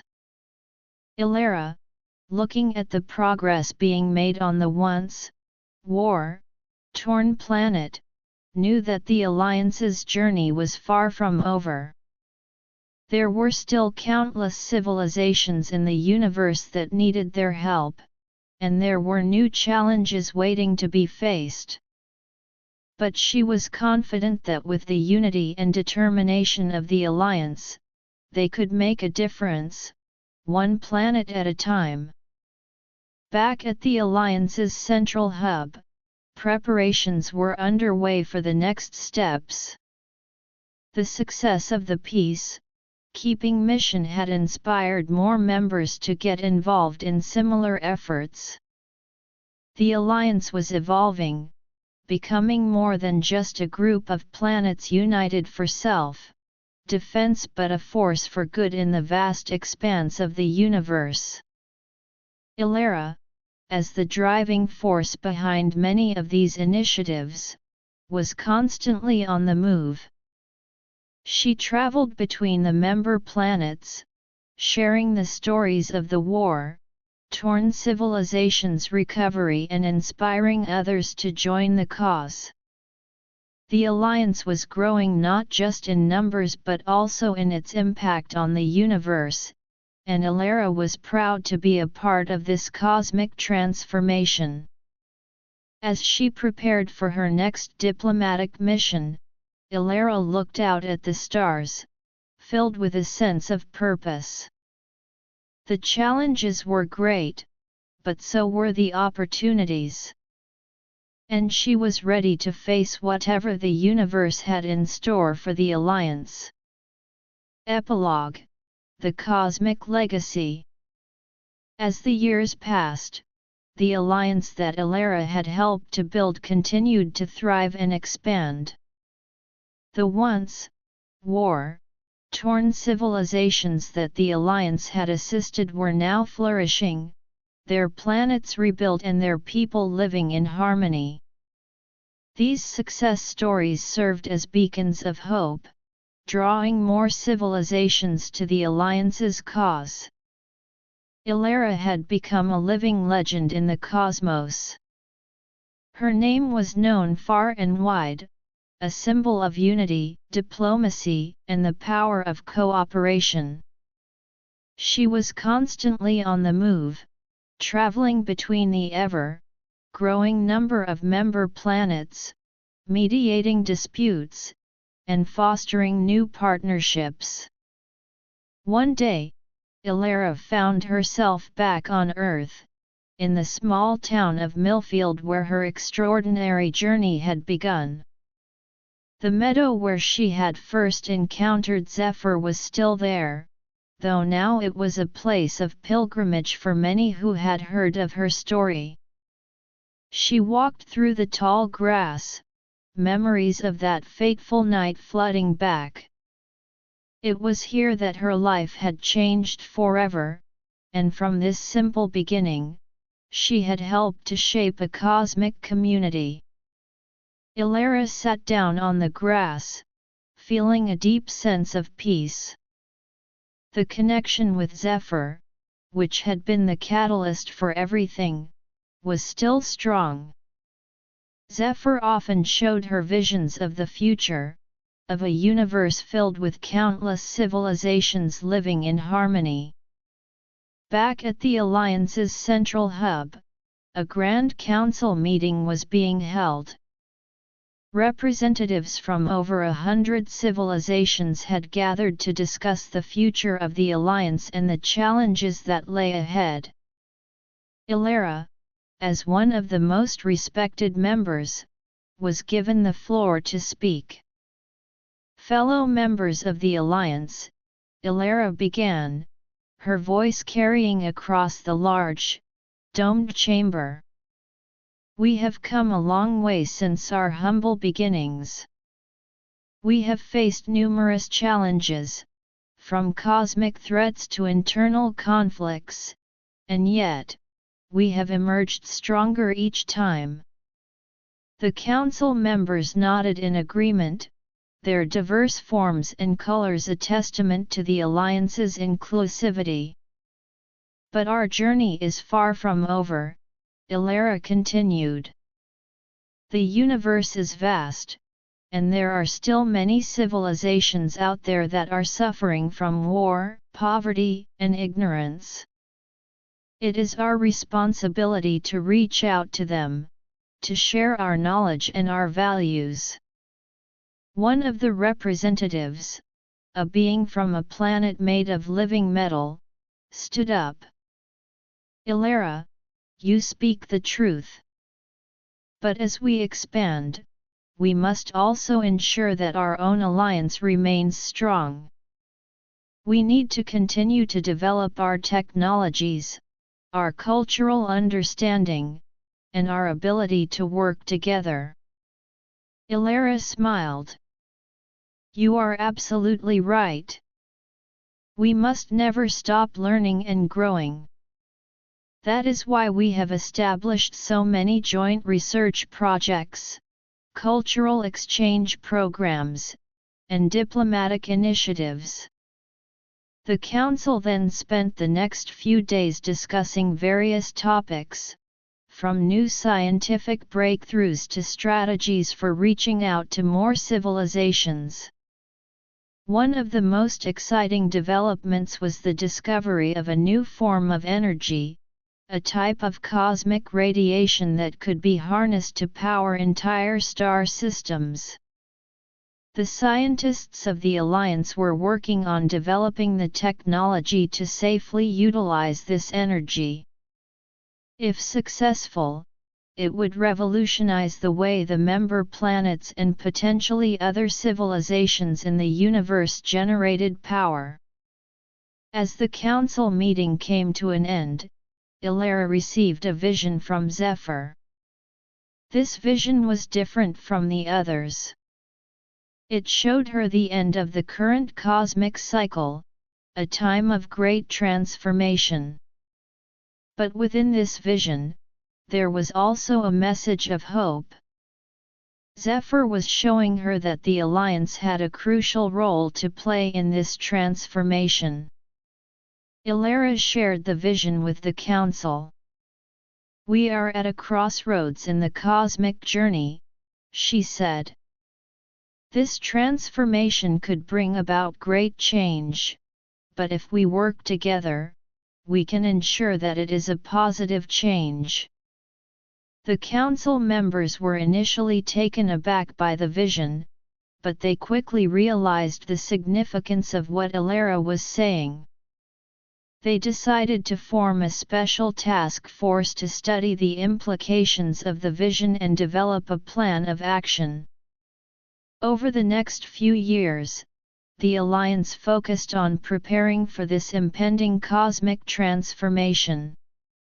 The scientists worked on understanding the nature of the transformation, while the diplomats reached out to even more civilizations, inviting them to join the Alliance and be part of this cosmic endeavor. Ilara, as always, was in the thick of things. She traveled to distant planets, sharing the vision and the message of unity. Many civilizations were inspired by her words and decided to join the Alliance. The Alliance grew to include civilizations from different corners of the universe, each bringing their unique knowledge, culture, and technology. As the time of the cosmic transformation drew closer, the Alliance had prepared as much as it could. The member planets had strengthened their bonds, developed new technologies, and fostered a deep sense of unity. Finally, the day of the cosmic transformation arrived. The universe seemed to hold its breath as a great wave of energy swept through. Planets and stars were affected, but the Alliance was ready. The member planets had built powerful energy shields, based on their combined knowledge and the new cosmic energy they had discovered. The shields held, protecting the planets from the worst of the transformation. But it was not just the physical protection that was crucial. The Alliance's unity and the strength of its bonds helped the member civilizations to weather the psychological and social impacts of the transformation. As the transformation subsided, the universe emerged in a new state. The Alliance, having played a significant role in ensuring a peaceful transition, found itself in a position of even greater influence. The civilizations that had been part of the Alliance were now seen as leaders in the new cosmic order. Ilara, looking back on her journey, felt a deep sense of fulfillment. From a simple encounter in a meadow to being a key figure in shaping the new cosmic order, she had lived a life beyond her wildest dreams. The Alliance continued to thrive in the new universe. It became a model for other civilizations, a shining example of what could be achieved through unity, cooperation, and the pursuit of knowledge. Ilara's story was told and retold, inspiring generations of beings across the cosmos. She eventually stepped down from her active role in the Alliance's day-to-day operations, but her influence remained. She spent her days traveling between the member planets, sharing her wisdom and experiences with the younger generations. One day, as she was visiting a planet with a lush, tropical environment, Ilara met a young being named Lyra. Lyra was a scientist, and she was deeply inspired by Ilara's story. "Ilara, you have changed the universe," Lyra said, her eyes filled with admiration. "I hope to follow in your footsteps and make a difference in the cosmos." Ilara smiled. "Lyra, the universe is full of opportunities for those who are willing to work for it. Remember, unity is the key. As long as we stand together, there is nothing we can't achieve." Ilara's words echoed through the generations. The alliance she had helped to build continued to expand and evolve, spreading the message of unity and cooperation throughout the cosmos. And though the universe would always present new challenges, the legacy of Ilara and the alliance would endure, a beacon of hope in the vast expanse of the unknown. As Ilara looked out at the stars one last time, she knew that her journey had come to an end, but the journey of the Alliance, and the story of the cosmos, would continue forever. She closed her eyes, content in the knowledge that she had played her part in creating a better universe for all.